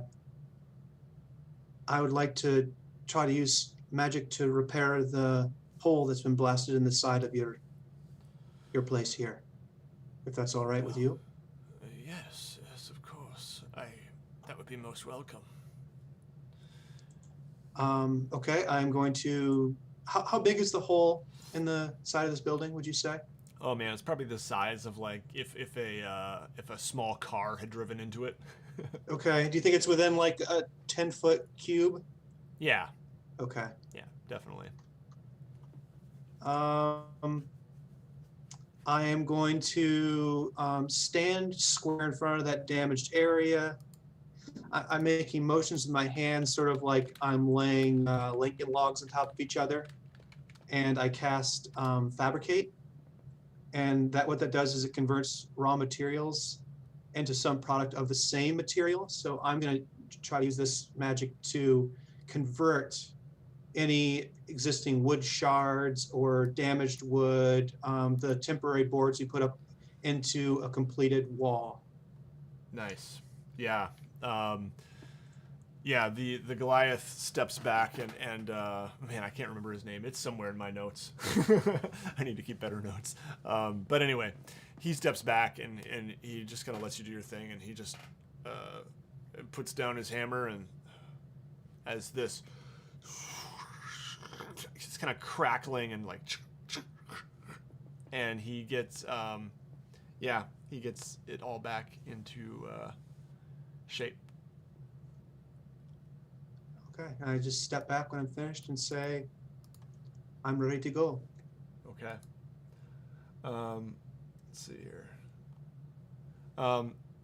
Michael, the PM is in the Zoom chat, I think. Oh, maybe it's the other account. I wonder. Yeah, that's in the other room. Oh, sorry. Let me send it to you on Facebook.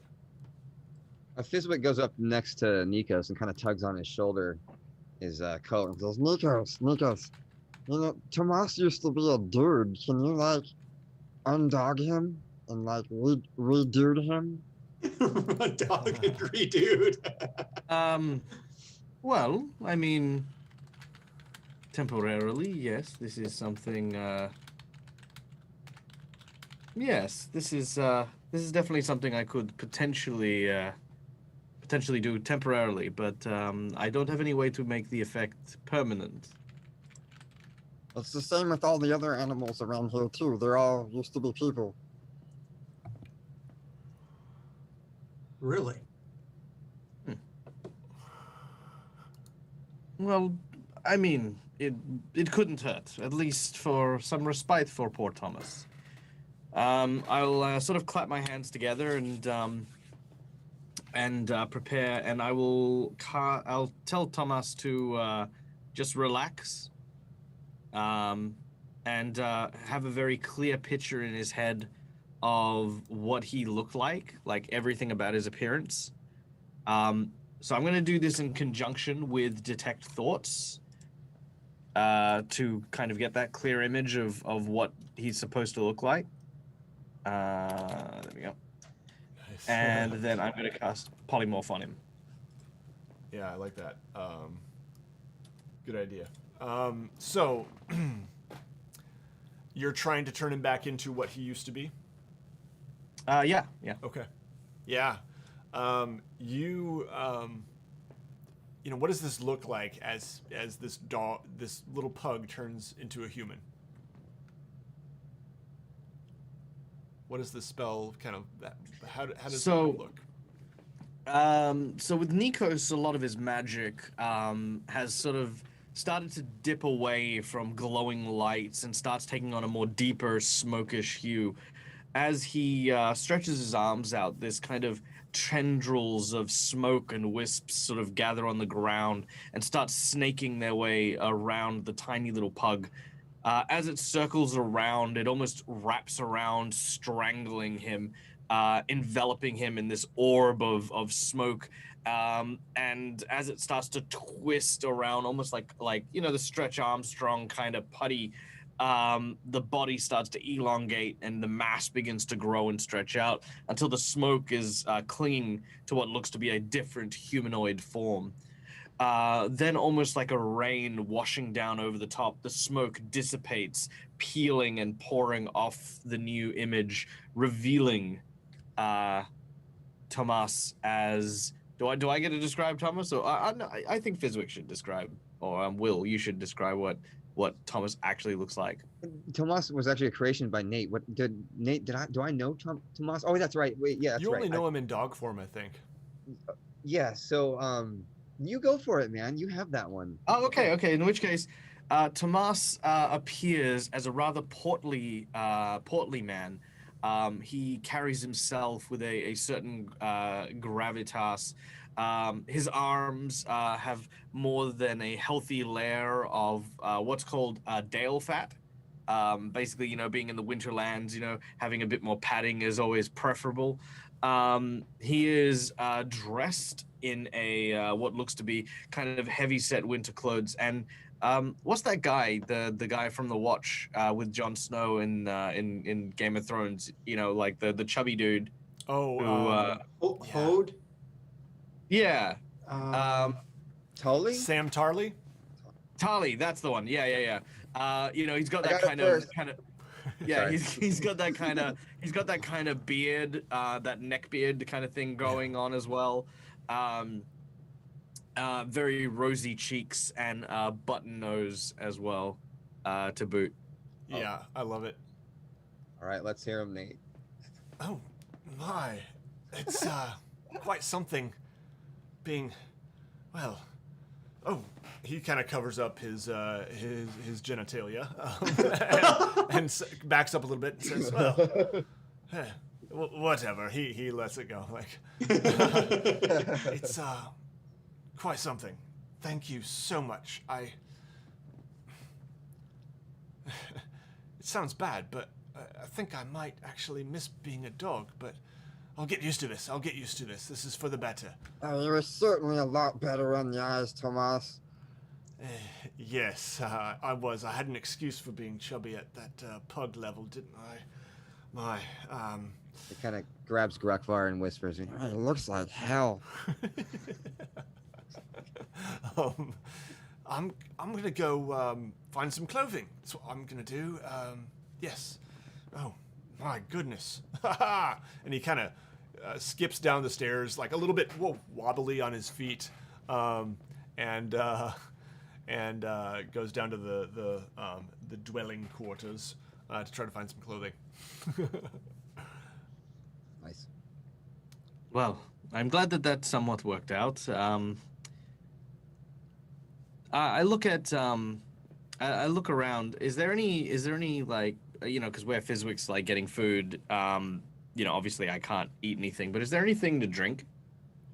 Sure. I feel like yeah. There's probably a bottle of wine somewhere. Yep. Yeah, I'll take the wine, and I'll be like, I'll kind of have this look of like dejection where Nikos is kind of like, you know, it's been a very long few hours. Even after sleeping, you know, a good morning drink is gonna definitely help take that edge off. He pours himself a glass of wine, leaves it to the side, and swigs the bottle. No, he'll start drinking the wine, and he says, all right, well, now that we've managed to, at the very least, bring things in order, we should think about making our way back. You guys hear from outside, psst, and you see Velin kind of giving you a nod. All right, I go out to her. You guys follow? Mm-hmm. Yeah. Yeah, and you know, you guys hear Tomas clinking around down below. You hear, or Elias is upstairs, you know, resting, and the Goliath is kind of like, you know, just tidying things up and really trying to, you know, put things back on the shelves and sweeping and things like that. Velin is kind of, you know, a little distance away here, and she says, I've been wanting to speak to you. Now, what I'm about to say, this is not an urgent matter, but I mentioned that perhaps you could do me a favor at some point in the future, and I understand if that time is not now. But, oh, sorry, I lost my note on this. Too many tabs. Okay. I looked up that Dale fat thing you mentioned, Michael, and Oh, yeah? I was curious about that. And I don't think I found any appropriate information, but it did pop up the character from the old Chippendales Rescue Rangers cartoon, because it got picked up on Dale, and then it picked up the cat, which I did not remember was one of the big evil villains on that cartoon.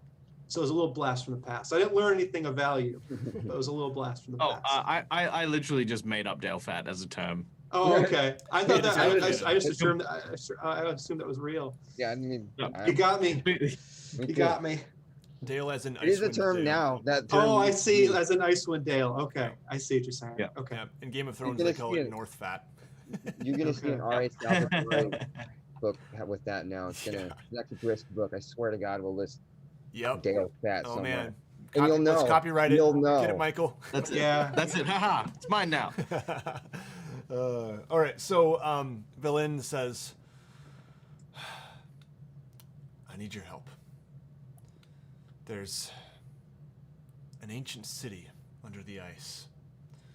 This city, Yithrin, is a lost fragment of the Empire of Netherreal, whose wizards created many of the magic items we find scattered across the world today. It holds magic beyond our wildest dreams. We might even find something to end this hateful winter.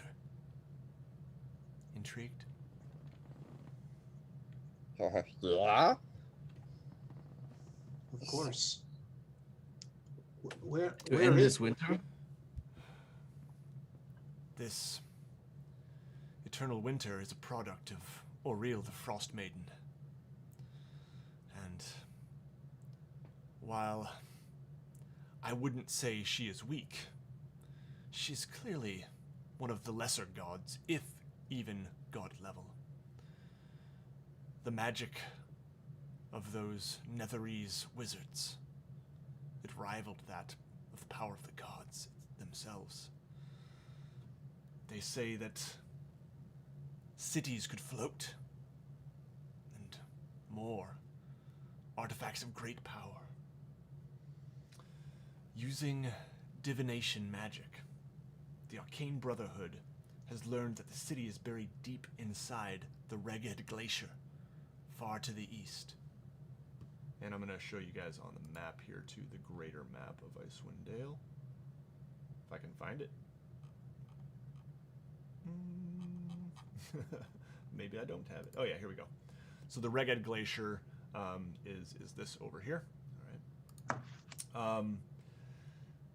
Inside the Ragged Glacier, but the glacier can be cracked open at a place where a waterfall once flowed down its side, but has since frozen. We have already found the waterfall. All we need now is the magic to break open the glacier. I had an artifact in my possession, a Professor Orb. It was stolen from me by one of my colleagues. And with it, I learned some valuable information. I believe that the magic we need to crack open the glacier and access this ancient city of power is somewhere floating in the city, or the sea of moving ice. There's an island.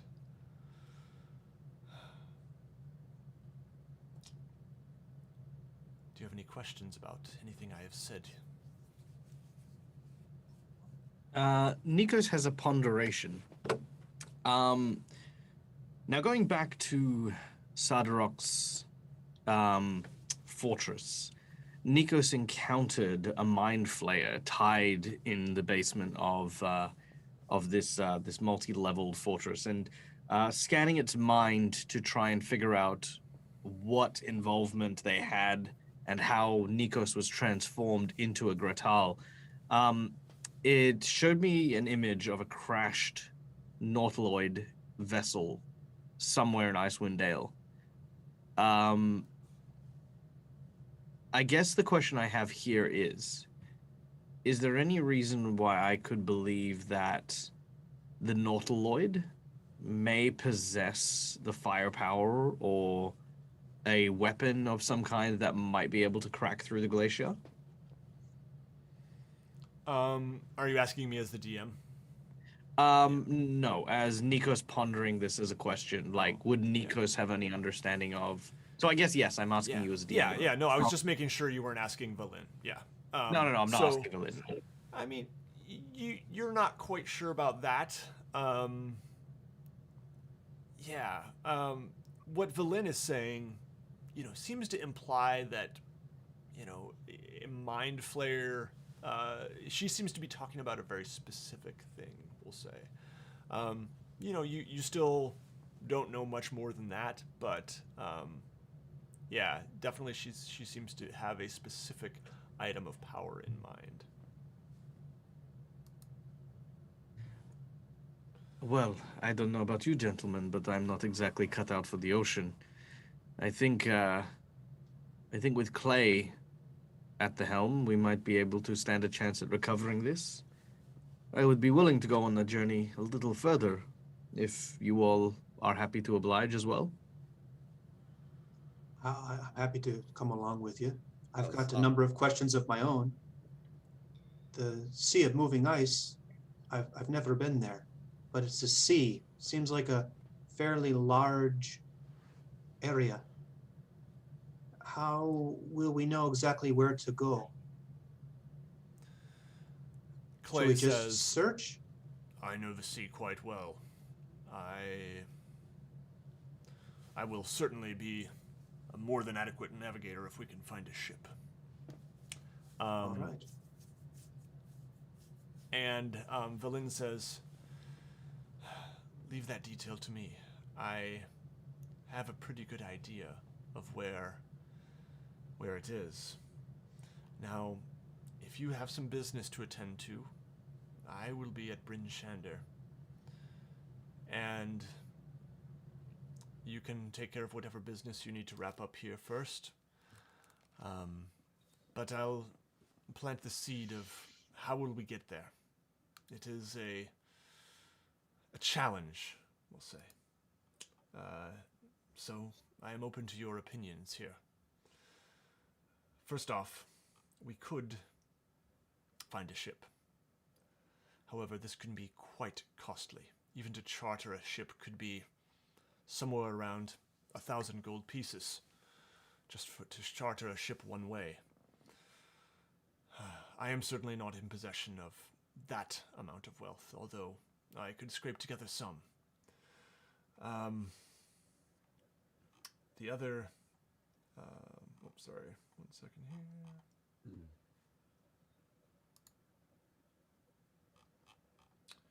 here. Other methods of transportation are available to us. There is a legendary whale known as Angajuk, and she is known to, or it is known, to give rides to passengers. The folk of the Sea of Moving Ice speak of it in such a way. I'm suspicious, but it might be worth investigating if it could save us 1,000 gold pieces. And lastly, I do know that the Goliath near the Ragged Glacier are in possession of griffins. That would be another deal. It could be costly, but griffins would be able to fly us to where we need to go.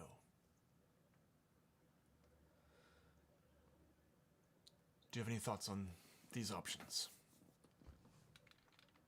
This whale you speak of. Now, is it going to dunk us underwater with it? I'm not exactly sure, but apparently there are ways of being safe underwater. And it's not a hostile beast. It wouldn't try to chew us up. I don't think so. The way they speak of it, it's well, again, they're a superstitious lot, but I put some stock in what they say in this case. It seems to be legitimate, and I have the location of the pier. I believe I might have a way for us to get there. A few, in fact. There is possibly even a way we may be able to charter a vessel for that price. Nikos will go through the supplies, the things that we have gathered since our journey. And Nikos will tell everyone to shield themselves or to shield their eyes as I bring forth a very large clay container surrounded by strips of cloth. Taking out another strip of cloth, I place my hand upon the lid, and as I pull it back, I reveal deep within this particular pot a perfectly salvageable red dragon heart, which we pulled from the fires of the dwarves. I've seen this throw off a lot of heat, but how will this transport us to where we're trying to go? Well, now how... First of all, I want to ask this to Nate, because I don't want to suggest this, because I've got two suggestions, obviously. How well known are hot air balloons? I would say Nikos would probably, being from a large city that's fairly civilized, would perhaps have some knowledge of like this being a thing, we'll say. Okay.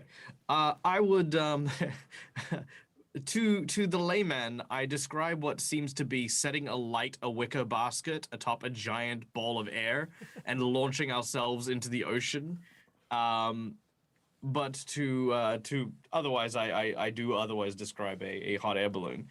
Alternatively, depending on the age of the dragon heart, dragon hearts can value anywhere between 5 to 100,000 gold pieces, depending on the age of the dragon. So even just being able to trade or sell this, the heart on itself will give us enough money to charter a boat. And obviously, I don't expect people to just suddenly have, 100,000 gold in their pocket. But at the very least, if we can find a decent ship with a salvageable crew, and we place this as an offer, they, as preferably a trading or a merchant ship, would understand its value and be more than willing to allow us passage for a fair trade. It's certainly an idea. I don't know if the backward folk of Icewind Dale will see the true value here, and of heat in the eternal winter? There is Do you much know of value. any ships that are going over there already that could just use some protection? I don't. Is that Dragonheart throwing off heat right now? I would say it probably is. Yeah, it's not as intense as it was in the Forge, but yeah, it is. Wow. Okay. Cool. And so she says, as a bargaining chip, it could work, but it would have to be the right people, if you know what I mean. Why are we putting all this effort to scrub up a lot of money when we could simply jump on a free whale? He's got a good point. It's perhaps the first thing we should try. If you So the think first thing we should try is the superstitious whale that apparently magically takes people into the middle of the ocean. Absolutely. Versus a boat. I see standing before me a magic burning red dragon's heart. So it's not too Yes, difficult but for I'm me to still. believe. Yes, and I am the one who seems. Yeah, he's Nico starts swearing to himself in Thayan as he's like, "What is with this superstitious backwater peasant place? What my kingdom for a chariot to just take me away from this nonsense?" Because yes, like as fantastical as things sound, Nikos is very accustomed to like things being. I guess a particular way in the city that it definitely isn't here, and the words, it is more logical to use the free whale that apparently will be maybe waiting for us. Is just mind blowing to him. Absolutely mind blowing. He takes the wine bottle and he pours himself another glass and he knocks it back so fast it makes Fizwick's head spin. Have you, and did you Back in the describe, other direction to correct himself. did you describe to us what a hot air balloon is so we know what your plan is, or are we just No, yes. He Oh, does. okay. He does describe. Yeah. So basically, he's going to use the heat from the lid, and intermittently by opening and closing it, create the updraft from within the actual pot that it's in, whilst in the wicker basket. The only thing we need to do is create the tarpaulin to fill with hot air, and a kind of like a cap on the top of it to be able to open and close to allow that hot air to escape in order to adjust elevation as we go through stuff. Oh. How do we control which direction we fly? If I understand the direction we can get up in the air, but how do we go north, south, west, whatever direction this location is? We should be able to make do with minor alterations. If we navigate using the winds, for example, if we need to go against the wind, we can try to either see if there's a different draft further up high, or we could possibly use a spell. Like I've got fly and I've got polymorph and the like, so I'd be able to adjust course here and there. Perhaps one of those griffins can pull us. Yeah, griffin pulling could be perfectly adequate. I'd accept Or that you could jump out and fly and push us, like you're saying. That makes sense. How long does a fly spell last? Is it like a fly spell will last for concentration up to 10 minutes. So it'd be mostly for adjustments than it would be for the long one. But the polymorph would be for like if I need to, it's like last for an hour. Yeah, Valin says, listen, you outnumber me. I'm grateful for any help you can give. And I will go with what you think is best, the method you think is best. I will be in Bryn Shander. Should we plan on meeting perhaps in 5 days? 5 days That'd be time. adequate. That will give me some time to see what gold I can gather and supplies. Wrap up some business with my contacts here. I think better days could be on the horizon for Icewind Dale if we can access the magic in the Lost City, as well as Velen, power. Speak. before you depart, you did mention, you say we could take on a god and survive. Is that true? I don't truly know what level of magic we'll find in the Lost City of Yithrin, but there are sure to be items of great power. And I do believe the things the Netherese could do did rival the power of the gods. Krokvar kind of like looks over his shoulder, goes left and looks right, and says, how do we know she's not listening to us right now? How do we know she doesn't sweep down upon us before we're truly ready to take her on? We don't. But we keep walking. Yes. All right. 5 days' time it is. She says, thank you. You're true heroes. And she kind of walks off in the direction of the eastern road. I can't remember what it's called. Eastway. There we go.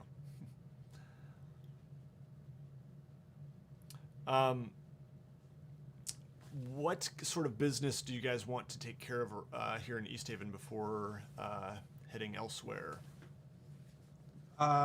Just say goodbye to Elias, and I don't really have any other additional things to do here. Did you guys want to get your axe beaks and the owlbear cubs? Yeah.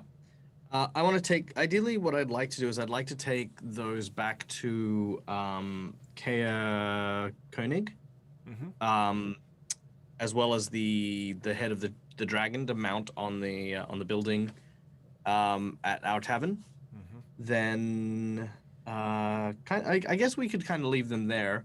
I like the idea that Grokvar had about going to see the Goliath because we obviously have that Goliath friend of ours, and trying to see if we can get some griffins to pull the hot air balloon because I think that's going to be great. Like just not being caught on the oceans and on the waves because we know there's plesiosaurs at the very least floating around in the water, and you know Nico's had a pretty bad time with the plesiosaur, and he's not eager to get back in the water, especially in a place called the Sea of Moving Ice because swimming in the water was cold and painful enough without large rocks of freaking ice colliding with him like a slurry of death. So I definitely like that idea. Yeah. So I think that's what I'd propose. So to get to the Goliath settlements, I'm just trying to look up the timeline if that's desired. Into the mountains. Let's see. I mean, it would probably take. Just looking at the map here, to get from Easthaven to Zardrock's fortress was about 12 hours. So I would say probably to get out there would be, almost 2 days. I mean, yeah, probably about 2 days to get to the Goliath settlements near the Ragged Glacier. Okay.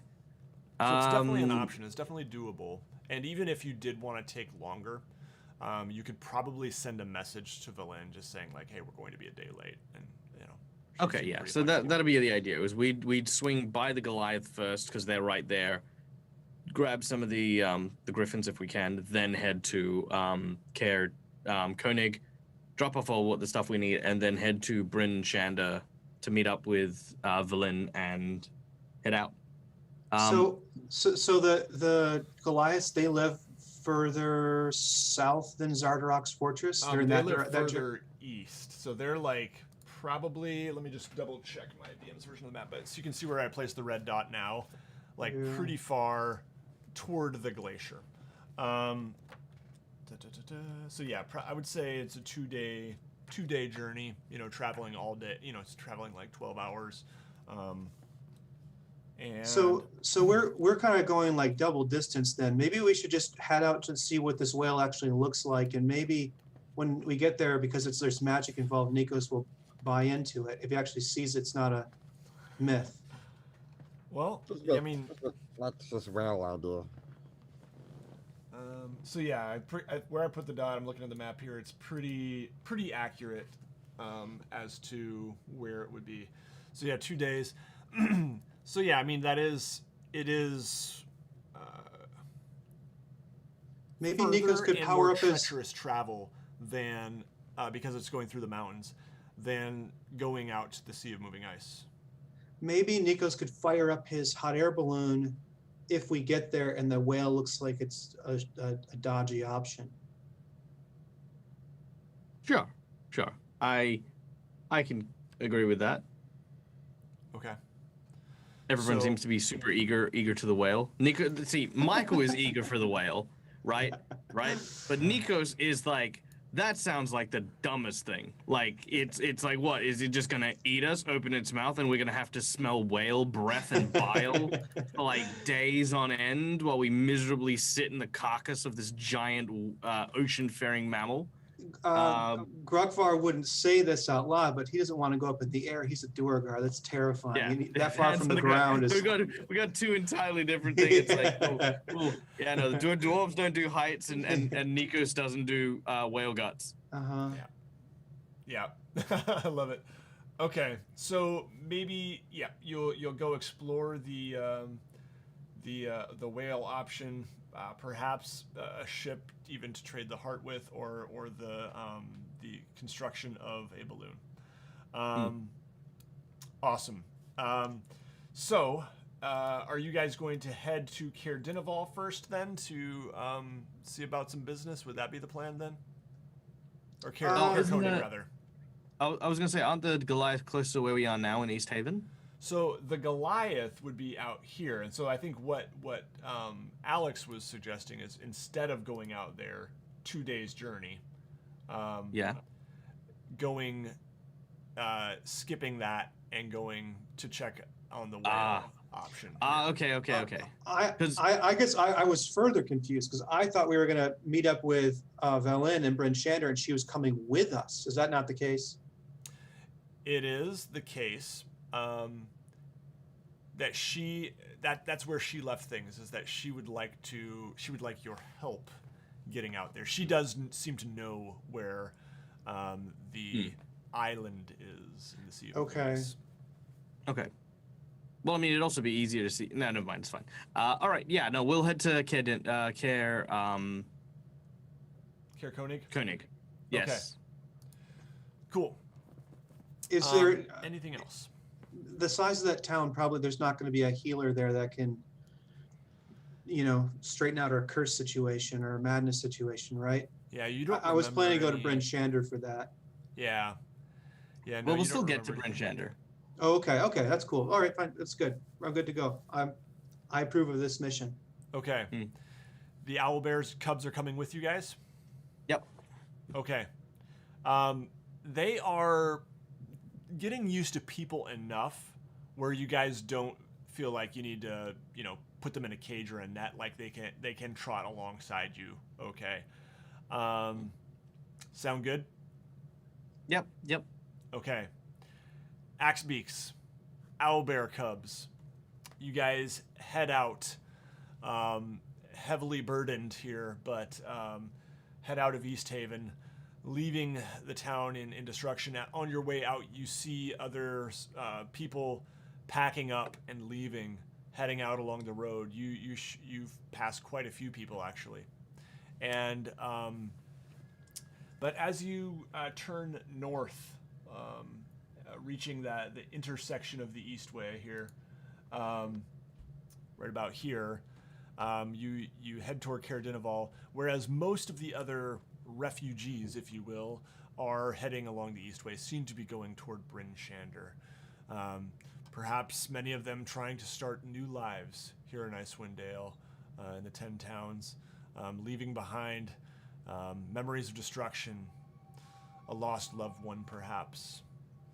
As you head along the road toward the north, you all hear a yipping sound. And a pack of gnolls is bearing down on you from a hilltop along the left side of the road. And that is where we will end the session. Whoa. Okay. Thank you so Hell much, yeah. guys. We got a lot accomplished here. This was a big kind of like, okay, transitioning to the next phase of the adventure. You guys all did awesome with your various weird things going on. Go ahead and take a point of inspiration, each one of you, and yeah, it was cool. It's getting a little bit weird. We'll say that with the well, now pretty much everyone knows except for Grekvar, so I'll just say it. Indefinite madness, we'll say, is what we're dealing with here because of the Chardolin. So we'll see what happens with that. To the dozen or so of you who are hanging out in the chat, thank you so much. We are level 7 right now to answer that question, Patrick. We just leveled up to 7, the party, and yeah, heading into. And I'll say this too. I haven't told you guys this. I was looking at the book, and I think we are now well over halfway, and I didn't really realize that. I think we're Wow. over halfway through the adventure. So, yeah, the depending on how things go, like there's some pretty big locations that like it's only one location, but it could take a while. But yeah, some cool stuff ahead as we start to look outside of 10 towns now to various other locations here in Icewind Dale. Awesome. Cool. Well, thank you again to Hero Forge, our sponsor. Check them out at heroforge.com. If you did check any, or if you did build any stuff, share that with us on the Discord server. I would love to see it. Maybe we'll even show some of it off next time. I would love to see some Elias Moondivers, if anyone got around to that. Anything else you guys want to say before we head out here? Have an awesome time. Be cool. Be wonderful. Be amazing, because you are. Indeed, you are. All right. Thanks, everybody. We'll see you again in. Oh, let me see the date too. The date would be, because of my summer travel plans, we're playing a little less frequently, unfortunately. The 19th of July, and probably the 20th for Michael. But yeah, should be a good time. So join us. We'll have Ryan back with us, and we look forward to seeing you guys then. Bye. Bye. Bye.